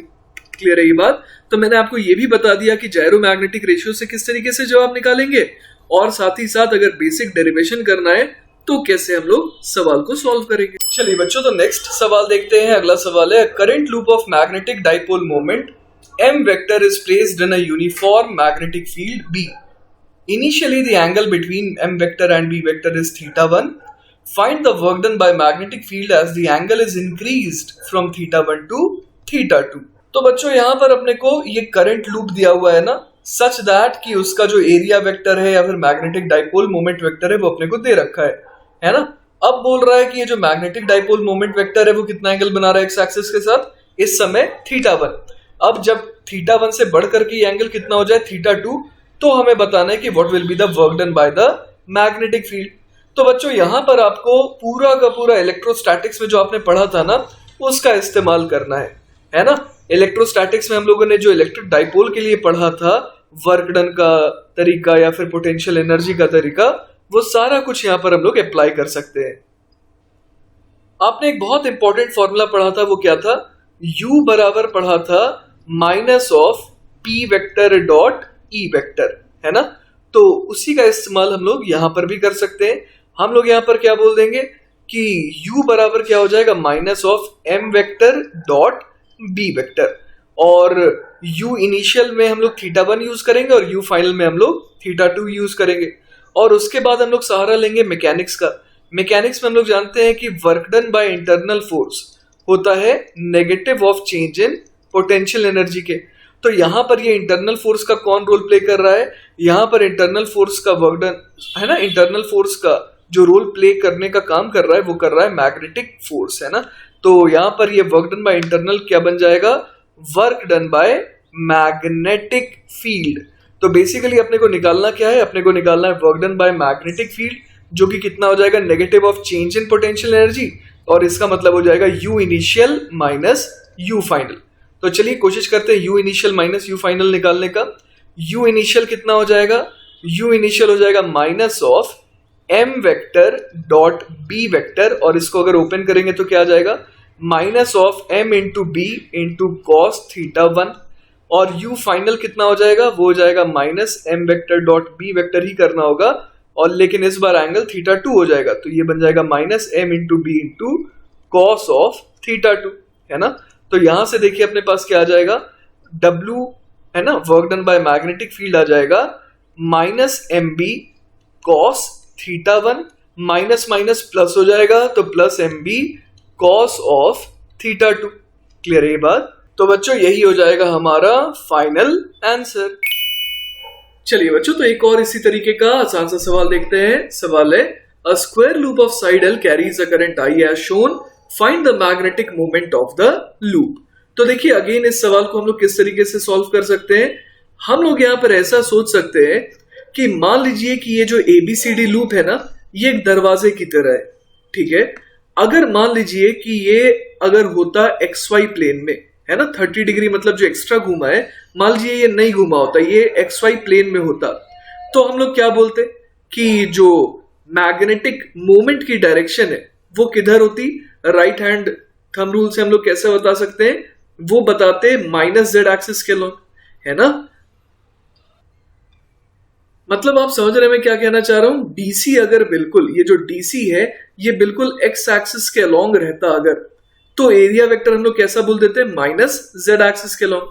अब ये जो DC है ये इस ओरिएंटेशन से कितने एंगल से घूम गया, ये घूम गया बाय एन एंगल 30 डिग्री, कुछ इस तरीके से, है ना। तो हम लोग ये भी समझ सकते हैं कि ये जो एरिया वेक्टर या फिर मैग्नेटिक डाइपोल मोमेंट वेक्टर है ये भी कितने एंगल से घूमेगा, 30 डिग्री से, है ना। ये एंगल बेसिकली कितना हो जाएगा 30 डिग्री, तो यहां पर बच्चों मैंने टॉप व्यू देख करके इस वेक्टर को बना दिया। टॉप व्यू क्यों देखा मैंने? क्योंकि ये जो एरिया वेक्टर है ये बेसिकली किस प्लेन में लाई करता है वो हम लोग कह सकते हैं, ये ऊपर से देखेंगे तो ऐसा लगेगा कि ये माइनस जेड एक्सिस है ना, माइनस जेड एक्सिस और एक्स एक्सिस इसके बीच में कहीं पर लाई कर रहा है, राइट। तो हमें ये पता है कि ये पहले तो माइनस जेड एक्सिस के लॉन्ग था जब ये दरवाजा बंद था। अब अगर 30 डिग्री से दरवाजा खुला तो 30 डिग्री से ये जो डाइपोल मोमेंट वेक्टर है ये भी क्या हो गया, ये भी रोटेट कर गया, करेक्ट। अब देखिए इसका मैग्नीट्यूड कितना हो जाएगा इस एरिया वेक्टर का। तो अगर इस एरिया वेक्टर को हम लोग समझे पहले, तो एरिया वेक्टर हो जाएगा उसका मैग्नीट्यूड एल स्क्वायर, है ना, क्योंकि ये स्क्वायर लूप है। अब एरिया वेक्टर को मल्टीप्लाई कर देंगे करंट आई से, तो ये क्या बन जाएगा, मैग्नेटिक मोमेंट वेक्टर बन जाएगा।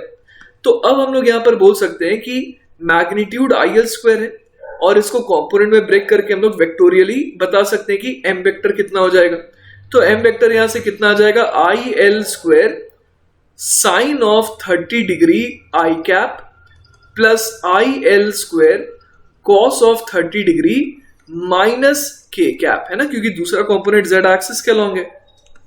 तो ये कितना हो जाएगा, ये हो जाएगा I L square by 2 I cap, है ना, प्लस आई एल स्क्वायर और कॉस 30 होता है √3/2, तो ये बन गया √3/2 माइनस के कैप, है ना। तो ये बन गया बच्चों हमारा फाइनल आंसर। तो इस तरीके से हम लोग मैग्नेटिक मोमेंट वेक्टर निकाल सकते हैं। चलिए बच्चों, तो मैग्नेटिक मोमेंट के ऊपर ना एक और सवाल देखते हैं। Current is flowing in a wire frame kept as shown where EDCF is in YZ plane and AFCB is in XZ plane. Current in the wire frame is I and length of each side is A. Find the magnetic moment. तो देखिए बच्चों, इस बार जो हमारा पूरा का पूरा loop है वो किसी एक पर्टिकुलर प्लेन में तो नहीं है ना। तो इस बार हमारे को किस तरीके से काम करना होगा, हमारे को ये जो FEDC ये जो लूप है और FABC ये जो लूप है, इन दोनों को अलग अलग ट्रीट करना होगा।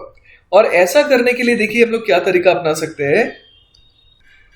देखिए मैं सबसे पहले फोकस करना चाह रहा था FEDC लूप में, लेकिन इसे लूप बनाने के लिए मुझे क्या करना था, मुझे CF, है ना, यहां पर भी अगर एक वायर होती जिसमें करंट C से F जा रहा होता तो ये एक कंप्लीट लूप बन गया होता।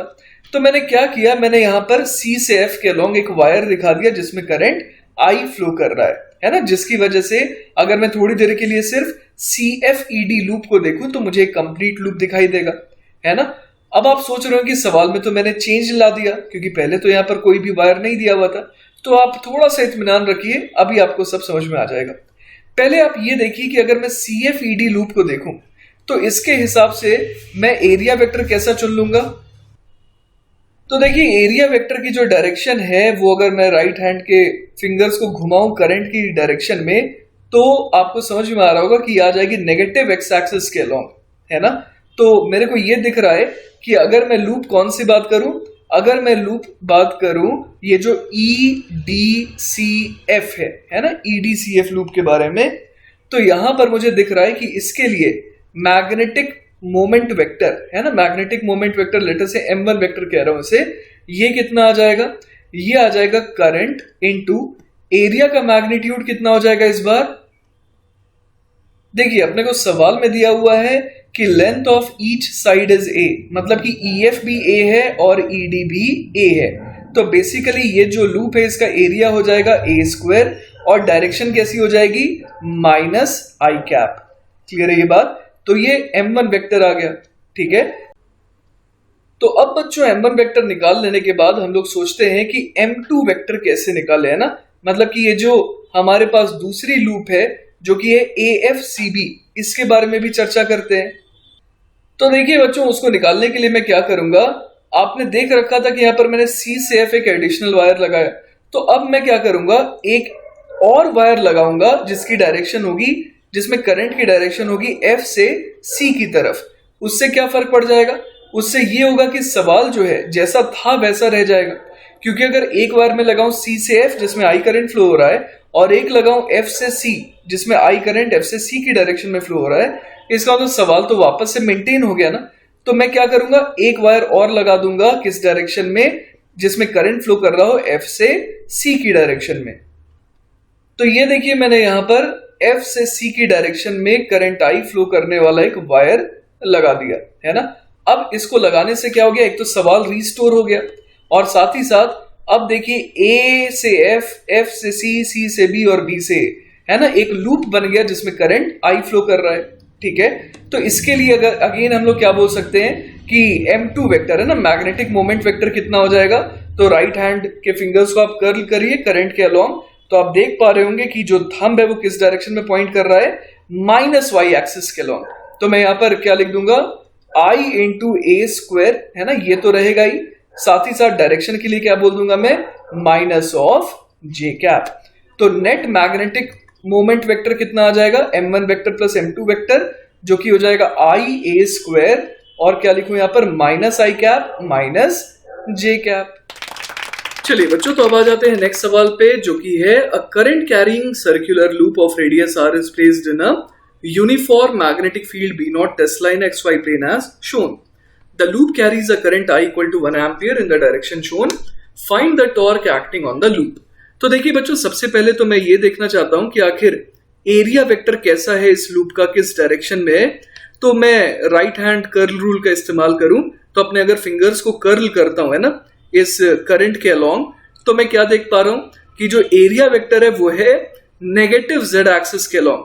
तो जिसका मतलब ये हो गया कि जो मैग्नेटिक मोमेंट वेक्टर है उसकी भी डायरेक्शन क्या होगी, माइनस जेड एक्सिस के अलोंग। अब एरिया कितना हो जाएगा, एरिया हो जाएगा पाई इंटू आर स्क्वायर, उसको अगर आई से मल्टीप्लाई कर दूंगा तो मैग्नेटिक मोमेंट का मैग्नीट्यूड हो जाएगा, और डायरेक्शन के लिए क्या लिख दूंगा, माइनस के कैप। तो हम लोग ये देख पा रहे हैं कि area vector minus K cap के अलोंग है, लेकिन ये जो फील्ड है, जो मैग्नेटिक फील्ड है, वो तो एक्स वाई प्लेन में है ना, वो फील्ड तो एक्स वाई प्लेन में है, मतलब कि दोनों के बीच में एंगल कितना है, 90 डिग्री, राइट। तो फील्ड क्या चाहेगा, फील्ड चाहेगा कि बिना सर्कुलर लूप पर नेट फोर्स लगाए वो उसे घुमाना चाहता है, करेक्ट है ये बात।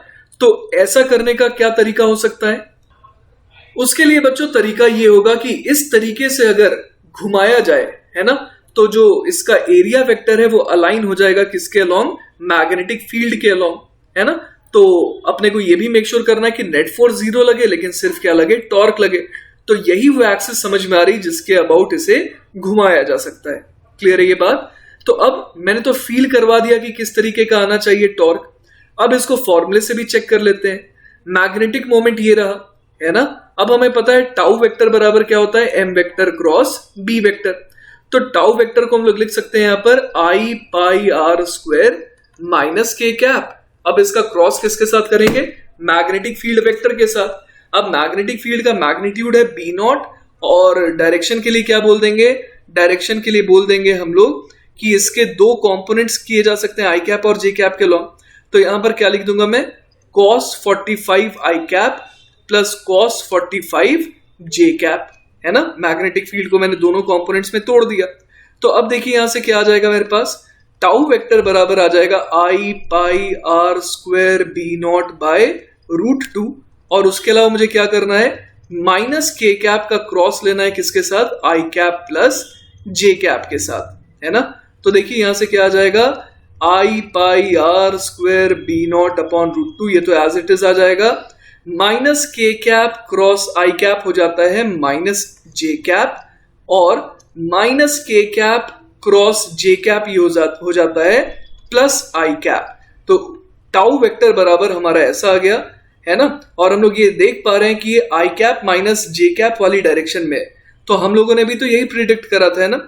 अगर मैं अपने फिंगर्स को इस सेंस में घुमाऊं तो वो यही वाली डायरेक्शन तो आती है, जो कि कौन सी डायरेक्शन है, आई कैप और माइनस जे कैप, और उसका भी कौन सा कंपोनेंट, बिल्कुल 45 डिग्री के लॉन्ग जाने वाला कंपोनेंट, है ना।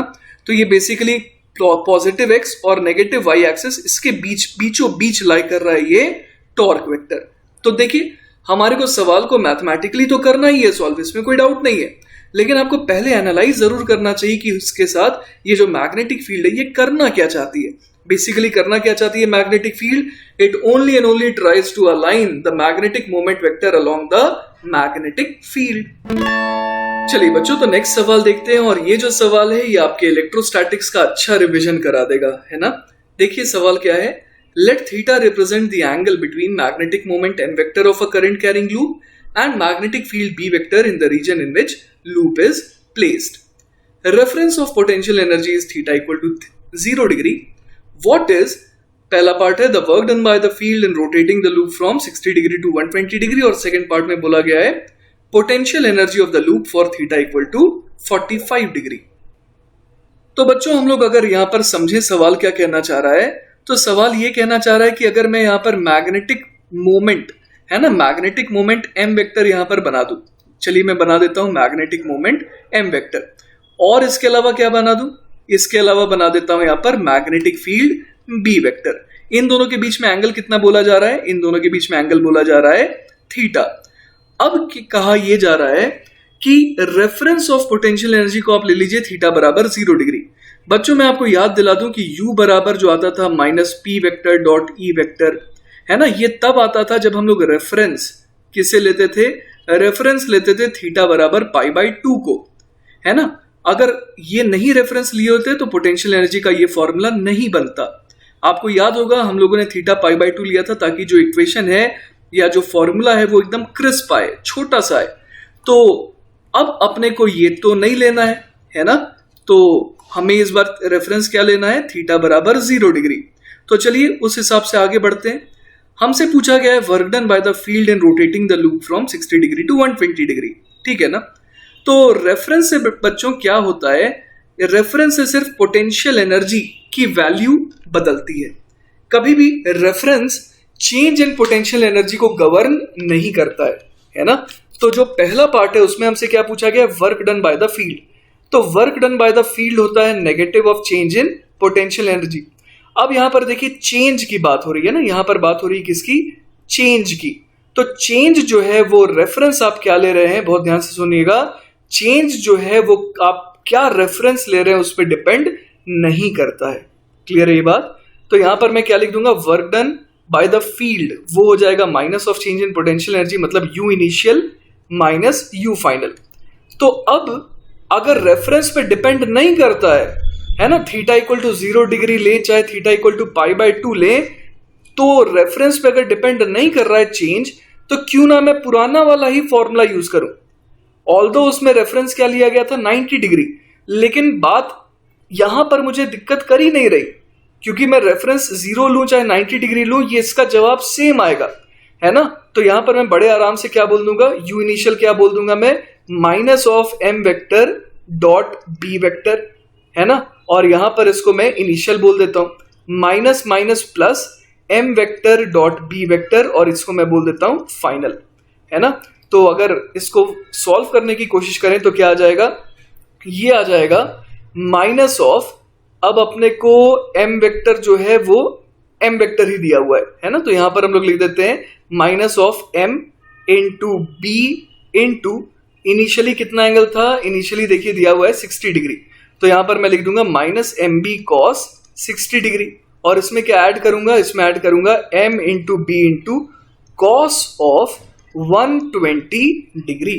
क्लियर है. मैंने फॉर्मूला कौन सा लगाया, माइनस एम डॉट बी का, और वो कब यूज हो, कब आता था, कैसे आता था, जब मैं रेफरेंस लेता था पाई बाई 2 को. लेकिन यहां पर रेफरेंस 0 लेने बोला है, पर कोई दिक्कत नहीं है, पाई बाई 2 ही लूंगा मैं. क्यों, क्योंकि मुझे चेंज इन पोटेंशियल एनर्जी निकालना है जो कि रेफरेंस पे डिपेंड नहीं करता है. तो मैंने थोड़ी चालाकी दिखा दी यहां पर, है ना. तो यहां से देखिए क्या आ जाएगा, यहां से आ जाएगा M B multiplied by cos 120 degree minus cos of 60 degree, है ना. अब कॉस ऑफ 120 डिग्री कैसे निकाले, मुझे याद तो नहीं रहता है ये, तो मैं तुरंत से एक ग्राफ बना लूंगा. अब मुझे दिख रहा है 90 से 30 आगे जाऊंगा तो 120 डिग्री आएगा, और 90 से 30 जाऊंगा तो 60 डिग्री आएगा. अब मुझे ये दिख गया कि cos 60 डिग्री की वैल्यू क्या आएगी, माइनस ऑफ cos 120 डिग्री के बराबर. तो मैं यहां पर क्या लिख दूंगा, this is equal to M B multiplied by cos 120 degree को मैं कितना लिख दूंगा, माइनस cos 60 डिग्री, और यहां पर एक्स्ट्रा क्या आ जाएगा, माइनस cos 60 डिग्री, है ना. तो cos 60 डिग्री होता है हाफ, तो ये बन गया माइनस हाफ मतलब 1 माइनस 1, है ना. तो ये बन गया माइनस एम इंटू बी.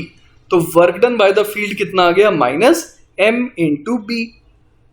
अब देखिए बच्चों, सेकंड पार्ट में हमसे पूछा गया था potential energy of the loop for theta बराबर 45 डिग्री, है ना। अब यहाँ पर बात कर दी गई पोटेंशियल एनर्जी की, तो हमारे को ये ध्यान देना होगा कि रेफरेंस पोटेंशियल एनर्जी कितना है, 0 डिग्री है ना। तो चलिए इसके हिसाब से ट्राई करते हैं। बच्चों रेफरेंस थीटा बराबर 0 डिग्री लेने का मतलब ये होता है कि पोटेंशियल एनर्जी को 0 असाइन किया गया, कब, जब थीटा की वैल्यू क्या हो जाए, 0 डिग्री, है ना। तो मैं आपको एक चीज बताता हूं, जो मैंने अभी अभी बताया भी था आपको, कि चेंज जो है वो डिपेंड नहीं करता रेफरेंस पर।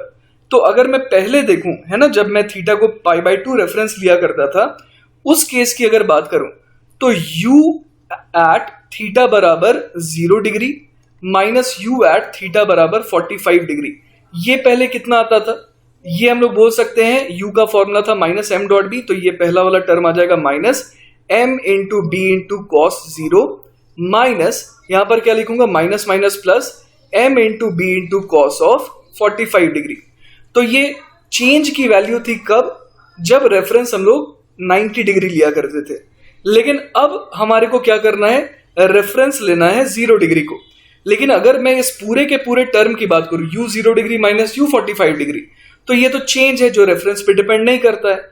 तो इसका मतलब कि नए हिसाब से, नए रेफरेंस के हिसाब से भी u 0 degree minus u 45 degree, वो अभी भी कितना आना चाहिए, वो आना चाहिए माइनस एम बी कॉस 0 तो 1 होता है, plus M B by root 2 आना चाहिए। अब इसको तो बोला गया है 0 लेने, तो यहां से u 45 डिग्री कितना आ जाएगा, ये आ जाएगा M B minus M B upon root 2। तो यही हमारा आंसर हो गया। चलिए बच्चों, तो नेक्स्ट सवाल देखते हैं। A wire of mass m has the shape of a ring of radius capital R. The wire is placed in xy plane and it is free to rotate about a diameter which is parallel to x-axis and it carries a current I. A uniform magnetic field B is switched on along y-axis. Find the angular speed acquired by the ring as it rotates by 90 degree. तो देखिए सवाल बहुत ही प्यारा है और आपका mechanics भी थोड़ा रिवाइज हो जाएगा। देखिए क्या होता है इसमें, अपने को दिया हुआ है कि it is free to rotate about a diameter which is parallel to X axis, है ना। तो इसका मतलब ये जो है इसके अबाउट, एक्चुअली ये जो एक्स एक्सिस है ना, उसके अबाउट रोटेट करने के लिए फ्री है। और सवाल ये उठता है कि ये रोटेट क्यों करना चाह रही है, क्योंकि अभी आप देखिए ना, अगर आप राइट हैंड थंब रूल का इस्तेमाल करेंगे तो जो एरिया वेक्टर है वो आपकी तरफ आ रहा है ना, स्क्रीन के बाहर की तरफ। लेकिन मैग्नेटिक फील्ड तो ऊपर वाई एक्सिस के लॉन्ग है, तो क्या चाहेगा ये फील्ड, ये चाहेगा कि ये इसे घुमाए, है ना, और घुमा करके क्या कर दे, एरिया वेक्टर या फिर आप कह लीजिए मैग्नेटिक मोमेंट वेक्टर, उसको बी वेक्टर के अलॉन्ग अलाइन कर दे। यही तो कोशिश रहेगी ना मैग्नेटिक फील्ड की। तो देखिए इस पर्टिकुलर सेंस में अगर हम लोग इस मतलब मैग्नेटिक फील्ड एक्चुअली घुमाएगी, अगर वो इस तरीके से घुमाएगी तो क्या होगा, जो एरिया वेक्टर है वो वाई एक्सिस के लॉन्ग अलाइन हो जाएगा, है ना। लेकिन वो अलग बात है कि जब ये अलाइन हो जाएगा तो ये रुक नहीं जाएगा। ठीक वैसा ही जैसा ही पेंडुलम के साथ होता है। पेंडुलम में क्या होता है, आप बॉब को इस तरीके से छोड़िए यहाँ से, तो जब ये यहाँ पर आता है, जब नेट टॉर्क जहां पर 0 लगता है वहां पर आकर के रुकता नहीं और आगे चला जाता है, क्योंकि जब ये यहां से यहां आ रहा था तो उसके ऊपर वर्क डन हुआ, जिसकी वजह से उसने काइनेटिक एनर्जी एक्वायर कर ली थी, जिसकी वजह से इनर्शिया के कारण ये और आगे जाता है, फिर इधर आता है, तो इस तरीके से मोशन होता रहता है। तो यहां पर भी काइंड ऑफ हम लोग ऐसा कुछ एक्सपेक्ट कर सकते हैं कि ये जब घूमेगा बाय 90 डिग्री तो ये वहां पर रुक नहीं जाएगा, है ना, ये इनर्शिया के कारण और आगे फिर जाएगा। तो खैर अपने को उससे आगे की तो बात नहीं करनी है, अपने को बस बात करनी है कि उसकी एंगुलर स्पीड कितनी होगी जब ये 90 डिग्री से रोटेट करेगा। क्लियर है? तो चलिए सोचते हैं कि कैसे किया जाए सवाल को। मुझे ये आइडिया स्ट्राइक कर रहा है कि हम लोग जानते हैं कि work done bye all the forces बराबर होता है चेंज इन काइनेटिक एनर्जी, है ना। तो यहां पर कौन सा फोर्स इसके ऊपर वर्क डन कर रहा है, फोर्स जो है वो है सिर्फ और सिर्फ मैग्नेटिक फोर्स। तो work done by magnetic force वो हो जाएगा चेंज इन काइनेटिक एनर्जी के बराबर। और हमें यह भी पता है कि work done by magnetic force वो यहाँ पर इंटरनल फोर्स की तरह रोल प्ले कर रहा है, तो this is also equal to negative of change in potential energy. तो basically delta K E plus delta PE बराबर क्या आ गया, 0, है ना। इसका मतलब क्या हो गया, ये तो काइनेटिक एनर्जी और पोटेंशियल एनर्जी ये दोनों तो मिलाकर के मैकेनिकल एनर्जी बनते हैं ना, मतलब चेंज इन मैकेनिकल एनर्जी कितना आ रहा है, 0 आ रहा है। दैट मीन्स मैकेनिकल एनर्जी क्या रहेगी, वो रहेगी कंजर्व्ड, है ना। और वैसे भी ये दिख भी रहा था क्योंकि कोई भी ऐसा डिसिपेटिव फोर्स तो है नहीं जो इसकी एनर्जी को क्या करेगा, गायब कर देगा। तो यहां पर मैं क्या बोल सकता हूं, kinetic energy initial plus potential energy initial बराबर kinetic energy final plus potential energy final. अब शुरुआत में तो ये रुका हुआ था तो काइनेटिक एनर्जी 0 थी, प्लस पोटेंशियल एनर्जी क्या होती है, पोटेंशियल एनर्जी का फॉर्मूला होता है minus of M vector dot B vector, है ना, ये इनिशियल लिख देते हैं। This should be equal to kinetic energy final. अब ये इस एक्सिस के अबाउट घूम रही है ना, तो हम लोग क्या लिख देंगे, हाफ आई ओमेगा स्क्वायर, क्योंकि फिक्स्ड एक्सिस रोटेशन के केस में जो काइनेटिक एनर्जी आती है वो कितनी आती है, half I omega square, plus potential energy क्या लिखेंगे, again minus of M dot B, और यहां पर मैं लिख देता हूं फाइनल। तो क्या आ गया, इनिशियली देखिए मैग्नेटिक मोमेंट वेक्टर, है ना, और मैग्नेटिक फील्ड ये दोनों कैसे थे, परपेंडिकुलर, क्योंकि मैग्नेटिक मोमेंट था किस एक्सिस के लॉन्ग, पॉजिटिव जेड एक्सिस के लॉन्ग, और मैग्नेटिक फील्ड है वाई के लॉन्ग। तो इसका मतलब इनिशियल पोटेंशियल एनर्जी 0 थी, तो 0 plus 0 is equal to half I. अच्छा आई कितना हो जाएगा, अब देखिए ये रिंग है, लेकिन रिंग की जो मोमेंट ऑफ इनर्शिया होती है अबाउट दिस डायमेट्रिकल एक्सिस वो होती है एम आर स्क्वायर बाई 2। तो मुझे यहां लिखना चाहिए M R square by 2 into omega square, और यहां क्या आ जाएगा माइनस एम इंटू बी, क्योंकि m और b दोनों सेम एक्सिस सेम डायरेक्शन में हो गए ना, तो दोनों के बीच में एंगल हो गया 0 डिग्री। तो यहां पर क्या आ जाएगा माइनस m इंटू बी। तो यहां से क्या आ गया मेरे पास m into B is equal to कितना हो जाएगा, हाफ, ये m फॉर मास है ना, half M R square omega square upon 2। अब यहां पर केयरफुल रहना, ये जो m है ये क्या है, बेसिकली म्यू है ना, मैग्नेटिक मोमेंट। तो देखिए यहां पर म्यू हम लोग निकालेंगे बाय कैसे, by the formula I into A, है ना, तो ये हो जाएगा आई मल्टीप्लाइड बाय एरिया जो कि हो जाएगा पाई आर स्क्वायर, है ना। तो यहां से अपने पास क्या आ जाएगा, I into pi into r square into B is equal to half m for mass r square omega square upon 2। तो यहां से आर स्क्वायर कैंसिल आउट हो गया, और हमसे पूछा क्या गया था सवाल में, हमसे पूछा गया था ओमेगा, है ना। तो यहां से देखिए ओमेगा स्क्वायर कितना आ जा रहा है, ये आ जा रहा है 4i pi B upon m, है ना। तो यहां से ओमेगा कितना आ जाएगा, इसका अंडर दी रूट, है ना। तो अपने पास फाइनल आंसर क्या हो गया, omega is equal to under the root of 4i pi B upon m। चलिए बच्चों, तो नेक्स्ट सवाल देखते हैं। अगला सवाल है, a wooden cylinder of mass m and length l has n turns of the wire wrapped around it longitudinally so that the plane of the coil contains the long central axis of the cylinder. The cylinder is released on a plane inclined at an angle theta to the horizontal with the plane of the coil parallel to the inclined plane. If there is a vertical uniform magnetic field of magnitude B, what is the least current I through the coil that keeps the cylinder from rolling down the plane? तो बच्चों सवाल पढ़ के मेरे को यह समझ में आया है कि ये जो वुडन सिलेंडर है जिसके अराउंड ये ढेर सारी स्ट्रिंग्स रैप्ड हैं, है ना। तो इस पूरे को अगर सिस्टम अगर हम लोग मान ले तो हमारे को यह समझ में आ रहा है कि इसे मैकेनिकल इक्विलिब्रियम में रहना पड़ेगा, तभी तो ये नीचे की तरफ रोल डाउन नहीं करेगा, ठीक है। तो अपने को इसे क्या रखना है, मैकेनिकल इक्विलिब्रियम में रखना है। तो देखिए बच्चों मैंने यहां पर फ्रिक्शन और mg दिखा दिया है ना। अब मेरे को यह समझ में आ रहा है कि mg का जो साइन थीटा कंपोनेंट है वो एक्चुअली किसके बराबर होना चाहिए, फ्रिक्शन के बराबर होना चाहिए, है ना। तभी तो क्या होगा, तभी तो ये ट्रांसलेट नहीं कर पाएगा। इसके अलावा बच्चों अपने को ये भी मेक श्योर करना है कि ये रोटेट भी ना करे, है ना। तो अगर रोटेट नहीं करवाना चाहते हैं तो हमें क्या देखना होगा, नेट टॉर्क देखना होगा इस पर, और उसे कर देना होगा 0, तभी तो ये रोटेशनल इक्विलिब्रियम में भी रहेगा ना। अब देखिए कि ये जो वुडन सिलेंडर है अगर सिर्फ उसे देखें तो उस पर एक्ट करेगा mg का टॉर्क। अगर मैं इस एक्सिस के अबाउट बात करूं, कौन सी एक्सिस, ये जो O है और इसी के तरीके का एक और मान लीजिए यहां पर पॉइंट हुआ P, है ना। तो ये OP लाइन, इसके अबाउट अगर मैं टॉर्क बैलेंस करने की बात करूं तो मैं क्या कह सकता हूं कि mg का जो टॉर्क आएगा वुडन सिलेंडर पर, that has to get balanced by the magnetic torque on the loop, है ना। और दोनों के डायरेक्शंस ऑपोजिट आने चाहिए, तभी तो ऐसा संभव है। तो सबसे पहले बच्चों हम लोग इस ओपी है ना, इस ओपी लाइन के अबाउट देखते हैं कि mg का टॉर्क आ कितना रहा है। तो अगर मैं mg का टॉर्क निकालने का सोचूं तो टाउ mg वो मैग्नीट्यूड वाइज कितना हो जाएगा, mg मल्टीप्लाइड बाय, अब परपेंडिकुलर डिस्टेंस अपने को देखनी होगी है ना। तो देखिए मैंने यहां पर एक और डायग्राम बना दिया ताकि आपको क्लैरिटी हो। जैसे कि ये रेडियस r है ना, तो ये परपेंडिकुलर डिस्टेंस कितनी हो जाएगी, ये परपेंडिकुलर डिस्टेंस हो जाएगी r साइन थीटा। तो टाउ mg में कितना लिख दूंगा, mg multiplied by r sine theta. साथ ही साथ आप देखिए बच्चों कि ये जो mg का टॉर्क है ये इसे कैसे घुमाना चाह रहा है, ये इसे घुमाना चाह रहा है कुछ इस सेंस में है ना, ताकि ये नीचे की तरफ लुढ़कना चालू हो जाए। सही है। अब देखते हैं कि इसे बचाने का काम कौन करेगा। देखिए बच्चों, अगर मैं आपको ये कहूं कि ये वाले पॉइंट का नाम मैं P देना चाह रहा हूं और इस पॉइंट का नाम Q देना चाह रहा हूं, ठीक है, तो आपको ये PQ लाइन में यहां पर भी दिखा देता हूं ना, ये P है और ये Q है।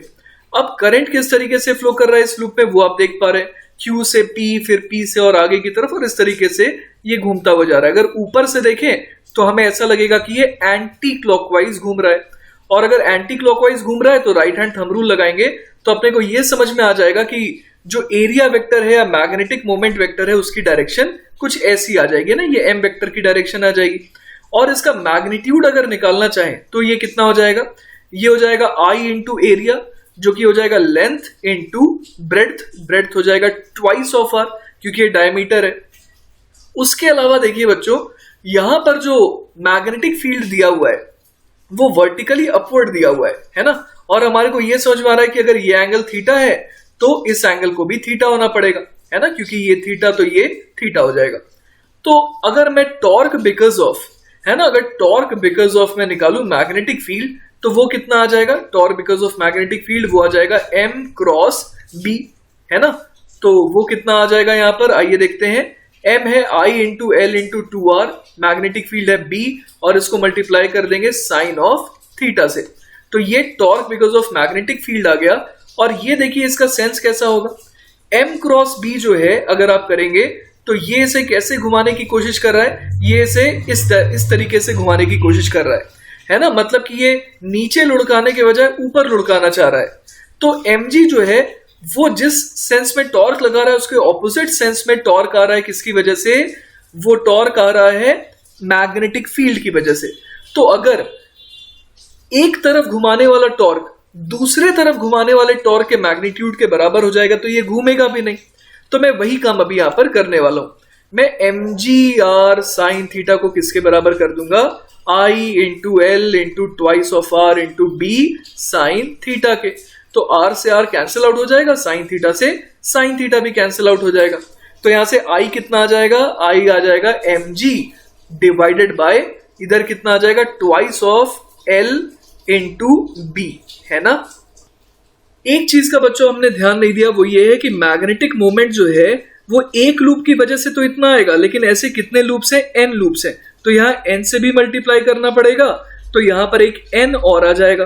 तो यहाँ पर एक n अगर एक एक्स्ट्रा आ जाएगा तो हम लोग देख पा रहे हैं कि नीचे और कौन सा टर्म आ जाएगा, एक n का टर्म आ जाएगा, क्योंकि एक लूप तो नहीं था ना, टोटल नंबर ऑफ लूप कितने थे, n थे।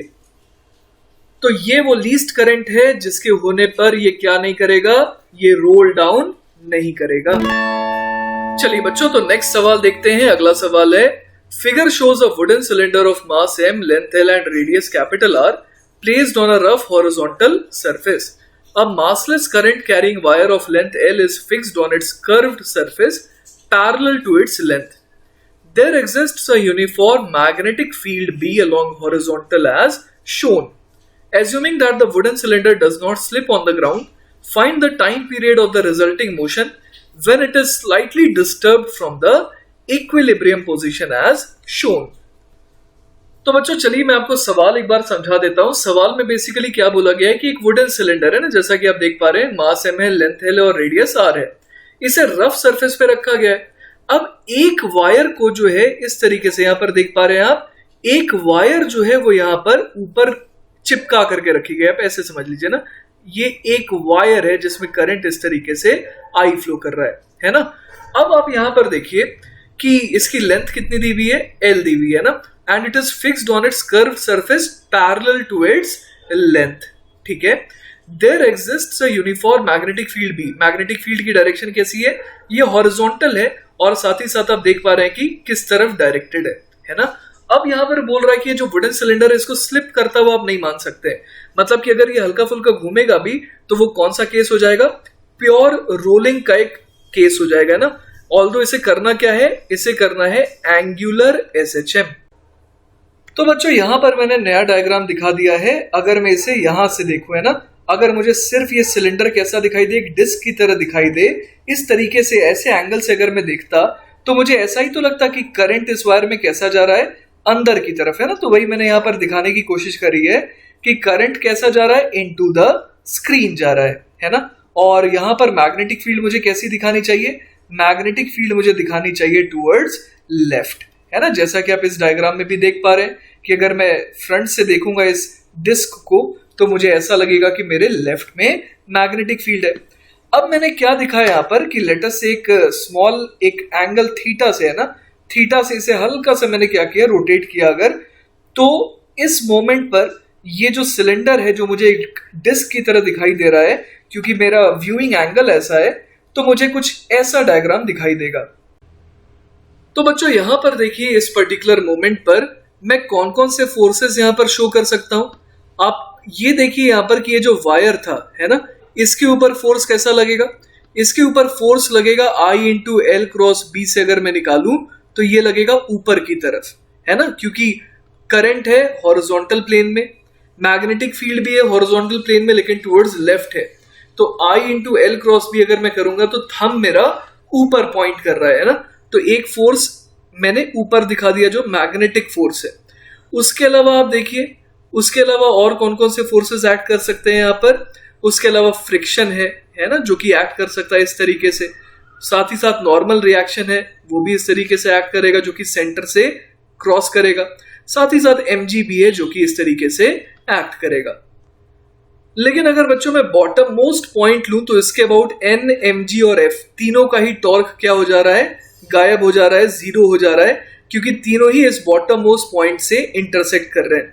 तो अगर मैं बॉटम मोस्ट पॉइंट के अबाउट टॉर्क देखना चाहूं तो सिर्फ और सिर्फ किसका टॉर्क आएगा, इस मैग्नेटिक फोर्स की वजह से टॉर्क आएगा। तो चलिए उसे कैलकुलेट करते हैं। तो देखिए बॉटम मोस्ट पॉइंट के अबाउट अगर मैं टॉर्क देखूं तो कैसे देखूंगा, मुझे लिखना होगा F B multiplied by perpendicular distance, है ना, और परपेंडिकुलर डिस्टेंस कितना हो जाएगा, आर साइन थीटा, है ना, क्योंकि अगर मैं यहां से परपेंडिकुलर ड्रॉप करूं इस लाइन पर तो वो आर साइन थीटा आ जाएगा। तो इसको मैं मल्टीप्लाई कर देता हूं आर साइन थीटा से, और टॉर्क बराबर क्या होता है, आई इंटू अल्फा होता है। अब आई मुझे इस पी पॉइंट के अबाउट लेना है, ठीक है, तो आई कितना हो जाएगा, सेंटर के अबाउट होता है एम आर स्क्वायर बाय 2, उसमें और कितना ऐड करना होगा, एम आर स्क्वायर। तो यहां मैं लिख देता हूं M R square plus M R square by 2, और इसको मल्टीप्लाई कर दूंगा मैं अल्फा से, है ना, ताकि ये क्या बन जाएगा, आई इंटू अल्फा। तो यहां पर ये लिख देता हूं मैं अल्फा। तो यहां से देखिए एफ बी हमारे पास कितना था, एफ बी होता है आई इंटू एल क्रॉस बी। एक बार चेक कर लेते हैं डेटा क्या क्या गिवन था अपने को गिवन था कि लेंथ एल है और मैग्नेटिक फील्ड बी है ना। तो यहाँ पर बड़े आराम से हम लोग लिख सकते हैं I into L into B, फिर क्या आ जाएगा, R into sine theta is equal to 3/2 M R square into alpha. तो यहां पर हम लोग जानते हैं कि हम लोगों ने थीटा कैसा लिया, बहुत छोटा लिया, तो यहां पर साइन थीटा ऑलमोस्ट क्या बन जाएगा, थीटा बन जाएगा, है ना। तो यहां से देखिए अल्फा मैग्नीट्यूड वाइज कितना आ जा रहा है, 2ILBR अपॉन 3MR स्क्वायर के बराबर, इनटू थीटा भी आ जाएगा। तो बच्चों यहां पर अपने को यह समझ में आ रहा है कि अल्फा जो है वो मैग्नीट्यूड वाइज थीटा के प्रोपोर्शनल है, और साथ ही आप अगर ऊपर का डायग्राम देखेंगे तो आपको यह समझ में आएगा कि ये जो टॉर्क है ये इसे वापस से घुमाना चाह रहा है इसकी ओरिजिनल ओरिएंटेशन पर। मतलब कि ये टॉर्क कैसा है, ये टॉर्क रीस्टोरिंग टॉर्क है ना। तो ऐसा केस होता है एंगुलर एसएचएम का, जिसमें ये किसका रोल प्ले करता है, ओमेगा स्क्वायर का। तो अपने को ये समझ में आ गया कि ओमेगा स्क्वायर की वैल्यू कितनी है, 2ILB, क्योंकि आर से आर एक कैंसिल आउट भी हो जाएगा ना, तो अपॉन 3MR, है ना, ओमेगा स्क्वायर की ये वैल्यू है। तो टाइम पीरियड कितना आ जाएगा, 2 पाई बाय ओमेगा, मतलब 2 pi under the root of 3mr divided by twice of I into L into B. तो यही बच्चों हो गया इस सिलेंडर का टाइम पीरियड, है ना। अगर हल्का सा इसे इसके इक्विलिब्रियम पोजीशन से क्या करेंगे हम लोग, डिस्टर्ब करेंगे, तो ये इस टाइम पीरियड के साथ एंगुलर एसएचएम परफॉर्म करेगा। चलिए बच्चों, तो एक और बहुत ही प्यारा सा सवाल देखते हैं। सवाल है, a very long thin sheet carries a current I along its length. The current is uniformly distributed across its cross section. This sheet is bent so as to form a hollow hemi-cylindrical surface. Find the magnetic field on the axis of this half cylinder. Take the radius r. तो basically बच्चों यहाँ पर क्या दिया है कि हमारे पास मान लीजिए एक रेक्टेंगुलर प्लेट थी, उसको हम लोगों ने मोड़ दिया और मोड़ने के बाद ये कुछ ऐसा दिखाई दे रहा है, जिसमें ओवरऑल करंट कितना फ्लो कर रहा है, I फ्लो कर रहा है। इसको देखने का एक और तरीका है कि मैं मान सकता हूं कि ये जो बहुत लॉन्ग है ना, लॉन्ग थिन शीट है, तो इसका मतलब इसकी लेंथ अपने को इनफाइनाइट माननी है। तो बेसिकली मैं ये मान सकता हूं कि ढेर सारे इनफाइनाइट लॉन्ग वायर से मिल करके बना है, सच दैट कि उन सारे के सारे वायर्स में सम कर दूं अगर करंट्स का, तो वो कितना आ जाएगा, I आ जाएगा। क्लियर है ये बात? तो चलिए क्यों ना मैं इसको सामने से देखूं, है ना, फ्रंट से देखूं, ताकि मुझे कैसा दिखाई दे, एक सेमी सर्कुलर रिंग की तरह दिखाई दे। तो देखिए बच्चों, मैं क्या करने का सोच रहा हूं, मैं किसी थीटा एंगल पर जा रहा हूं और यहां से डी थीटा और चला जा रहा हूं, तो मुझे basically R D theta length का एक एलिमेंट मिल रहा है, जिसमें करंट कैसा फ्लो कर रहा है, coming out of the screen. अब यूनिटरी मेथड से मैं ये करंट निकाल सकता हूं। जैसे कि मुझे पता है कि ये जो सेमी सर्कुलर रिंग जैसा दिखाई दे रहा है, इसमें कितना करंट फ्लो कर रहा है, इसमें I करंट फ्लो कर रहा है ना, मतलब कि पाई इंटू आर में करंट कितना फ्लो कर रहा है, I। तो आर डी थीटा में कितना करंट फ्लो करेगा, I upon pi into D theta, है ना। यूनिटरी मेथड से हमारे को क्या पता चल गया कि ये जो DI है वो कितना है। तो अब जरा सोचिए कि इस एलिमेंट की वजह से मैग्नेटिक फील्ड कैसा आएगा। इस एलिमेंट की वजह से मैग्नेटिक फील्ड जो है वो कुछ ऐसा आना चाहिए। क्यों ऐसा बोल रहा हूं, क्योंकि आर डी थीटा, ये जो छोटा सा आर डी थीटा थिकनेस का जो एलिमेंट है, वैसे ये है इनफाइनाइटली लॉन्ग, है ना। स्क्रीन के अंदर बाहर ये बहुत लॉन्ग है, एक इनफाइनाइटली लॉन्ग वायर की तरह। तो उसकी वजह से हम लोग जानते हैं कि मैग्नेटिक फील्ड कैसा आता है, mu naught I upon 2πr जैसा आता है, जिसे मैं dB कह सकता हूं। और बच्चों डायरेक्शन के लिए आप क्या करिएगा, आप थंब को, है ना, इस तरीके से रखिए सच दैट कि वो स्क्रीन के बाहर निकल रहा हो और अपने फिंगर्स को घुमाइए। तो इस पॉइंट पर, है ना, जहां पर एक्सिस है, उसके इस पॉइंट पर आपको समझ में आ रहा होगा कि मैग्नेटिक फील्ड कैसी आ रही है, perpendicular to the radius. Clear है ये बात? तो अब देखिए मैंने क्या किया, मैं किसी थीटा एंगल गया था फ्रॉम राइट। अब एक काम करता हूं, मैं लेफ्ट से किसी थीटा एंगल पर जाता हूं और सोचता हूं कि वहां पर अगर मैं ऐसा एलिमेंट ढूंढूंगा तो उसकी वजह से क्या होगा। तो देखिए बच्चों, इस बार मैंने क्या पाया कि अगर मैं इस बार किसी थीटा एंगल जाऊंगा और बहुत छोटा एंगल डी थीटा और आगे चला जाऊंगा, तो यहां पर बेसिकली मुझे एक एलिमेंट मिलेगा जैसा मुझे पिछली बार मिला था, और उसकी वजह से डीबी वेक्टर मुझे कुछ इस तरीके का मिलेगा, perpendicular again to the radius, है ना। अब ये वाला एंगल देखिए, ये हो गया एंगल कितना, 90 माइनस थीटा। और पिछले बार जो हम लोगों ने मैग्नेटिक फील्ड देखा था, है ना, इस आर डी थीटा के वजह से, दूसरे वाले आर डी थीटा के वजह से, तो वो भी कुछ इसी तरीके का आया था।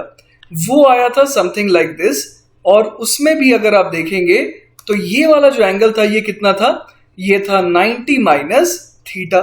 तो आप देख पा रहे हैं कि दो सिमेट्रिक एलिमेंट्स की वजह से जो वाई एक्सिस वाला कंपोनेंट है वो कैंसिल आउट हो रहा है। अब मैं वाई एक्सिस किसे मान रहा हूं, मैं वाई एक्सिस कह रहा हूं इसे, और एक्स एक्सिस कह रहा हूं इसे। तो वाई एक्सिस वाला साफ दिख रहा है कि कैंसिल आउट हो रहा है, और जुड़ रहा है कौन सा, एक्स वाला कंपोनेंट।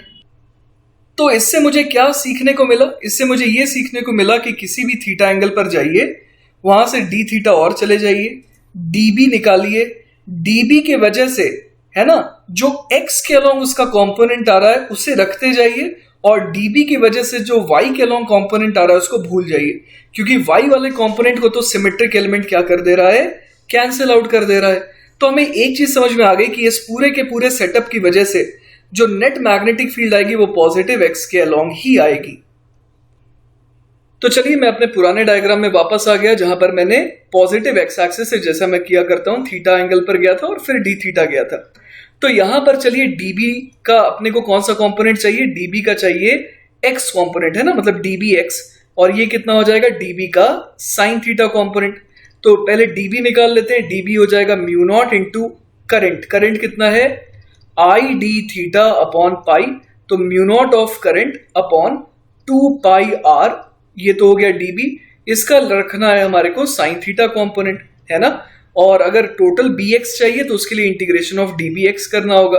तो ये कितना आ जाएगा, mu naught I upon 2 pi square r integration of sine theta d theta, और theta will vary from 0 to pi, है ना। तो अगर मैं अब कैलकुलेट करूं तो ये कितना आ जाएगा, mu naught I upon 2 pi square R, और साइन थीटा का इंटीग्रेशन हो जाएगा माइनस कॉस थीटा, और लिमिट रखेंगे 0 से पाई। तो यहां पर देखिए ये वैल्यू कितनी आ जाएगी, म्यू नॉट आई अपॉन, ये बन जाएगा 2 पाई स्क्वायर आर तो है ही, और अंदर क्या आ जाएगा, अंदर आ जाएगा 1 माइनस माइनस 1 मतलब कि 2, है ना। तो बेसिकली हमारे पास बी एक्स कितना आ गया, बी एक्स आ गया mu naught I upon pi square R. और अगर बच्चों वेक्टोरियली आंसर देना है तो हम लोग क्या बोल सकते हैं कि हमारा फाइनल आंसर क्या हो जाएगा, बी वेक्टर, है ना, बी नेट वेक्टर कह सकते हैं, वो हो जाएगा mu naught I upon pi square R. और डायरेक्शन के लिए मैं क्या लगा दूंगा यहां पर, आई कैप, क्योंकि मुझे समझ में आ रहा है कि जो फील्ड है वो पॉजिटिव एक्स एक्सिस के अलॉन्ग है। चलिए तो बच्चों एक आखिरी बार हम लोग आ जाते हैं मूविंग कॉइल गैल्वेनोमीटर टॉपिक पर फिर से। जैसा कि आपको याद होगा, मैंने ये डायग्राम आपको लेफ्ट वाला वहां पर भी दिखाया था, और आपको ये बताया था कि यहां पर क्या होता है, ये रेक्टेंगुलर लूप होता है बेसिकली, जो इस सिलेंड्रिकल ऑब्जेक्ट पर लपेटा हुआ रहता है। ये जो सिलेंड्रिकल ऑब्जेक्ट होता है बेसिकली वो कहलाता है सॉफ्ट आयरन कोर, ठीक है।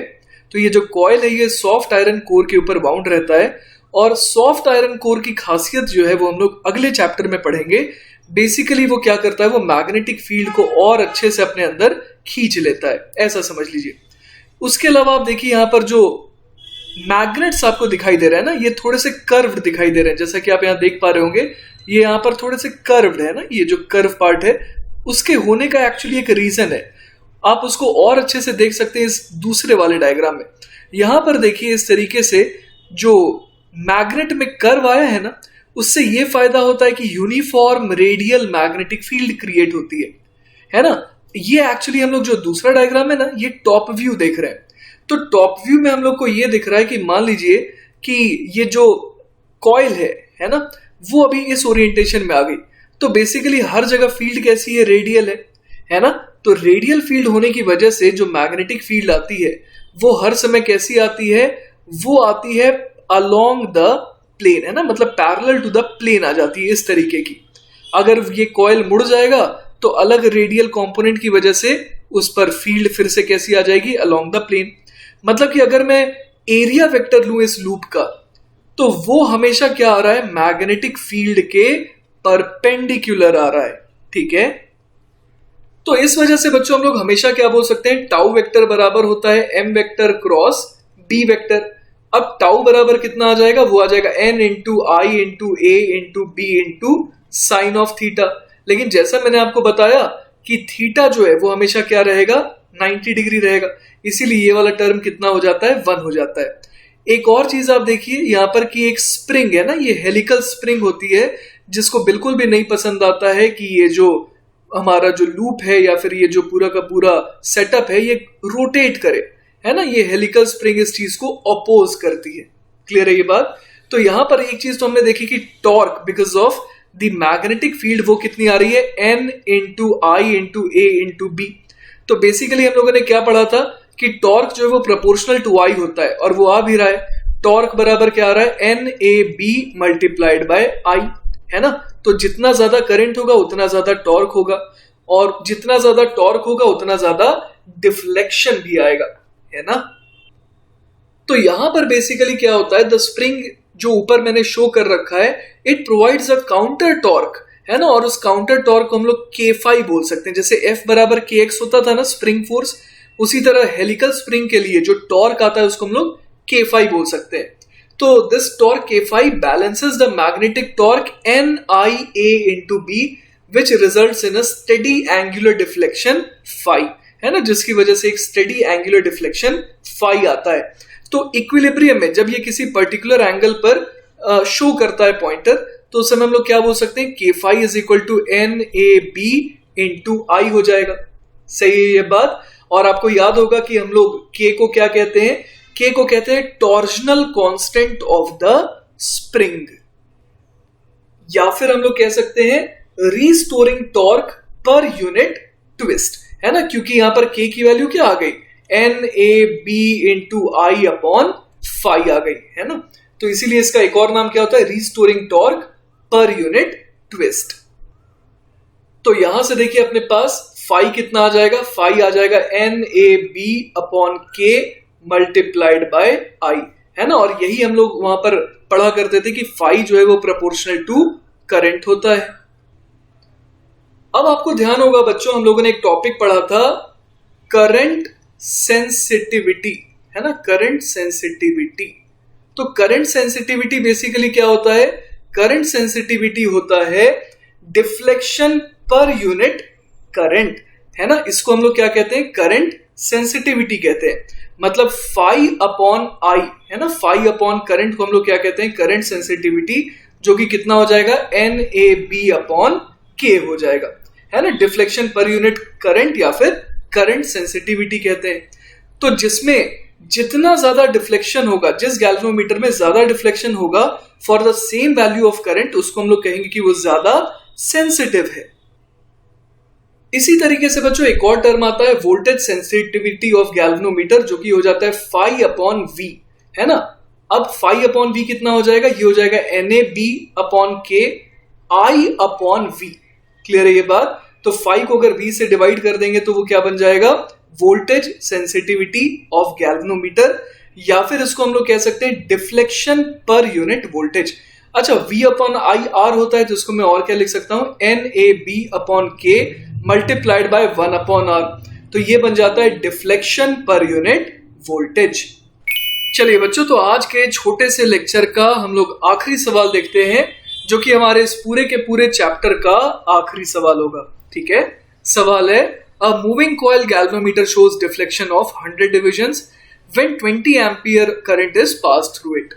If resistance of galvanometer coil is 50 ohm, find the voltage sensitivity of galvanometer। तो अपने को बेसिकली दिया हुआ है कि 20 एम्पियर करंट जब हम लोग पास कराते हैं ना, तो 100 डिवीजन का डिफ्लेक्शन होता है। तो अपने को आई दे रखा है 20 एम्पियर, उसके केस में डिफ्लेक्शन है ना, वो कितने का दे रखा है, 100 डिवीजन का दे रखा है। तो यहां मैं फाई लिख देता हूं, 100 डिविजन्स। उसके अलावा रेजिस्टेंस कितना दे रखा है, रेजिस्टेंस दे रखा है 50 ओम। अब अपने को क्या निकालना है, वोल्टेज सेंसिटिविटी। तो देखिए बच्चों, मैं आपको इस तरीके से सॉल्व करके दिखाऊंगा कि आपको अगर फॉर्मूला नहीं भी पता हो, सिर्फ डेफिनेशन पता हो, तो आपसे हो जाएगा। जैसे कि वोल्टेज सेंसिटिविटी है ना, ये तो हम लोग समझ सकते हैं ना कि जितना ज्यादा डिफ्लेक्शन दिखाएगा, जितना ज्यादा डेविएशन दिखाएगा for the same potential difference, उतना ज्यादा हम लोग क्या कहेंगे, उतना ज्यादा हम लोग कहेंगे कि ये ज्यादा सेंसिटिव गैल्वेनोमीटर है ना। तो जितना ज्यादा deflection for the same potential difference, उतना ज्यादा ये जो हमारा गैल्वेनोमीटर है ये क्या होगा, सेंसिटिव होगा। तो आप ऐसे समझिए कि हम लोग करंट दे रहे थे 20 एम्पियर, रेजिस्टेंस था 50 ओम, तो पोटेंशियल डिफरेंस कितने का था, 50 इंटू 20 का। तो इतना अगर पोटेंशियल डिफरेंस था तो डिफ्लेक्शन कितने का हो रहा था, 100 डिविजन्स का हो रहा था। अब आप सोचिए कि अगर यूनिट वोल्ट का पोटेंशियल डिफरेंस होता है ना, तो कितना डिफ्लेक्शन होता, 100 अपॉन 50 इंटू 20, है ना। तो ये कितना आ जा रहा है, ये आ जा रहा है हमारे पास 0.1 डिवीजन पर वोल्ट, है ना।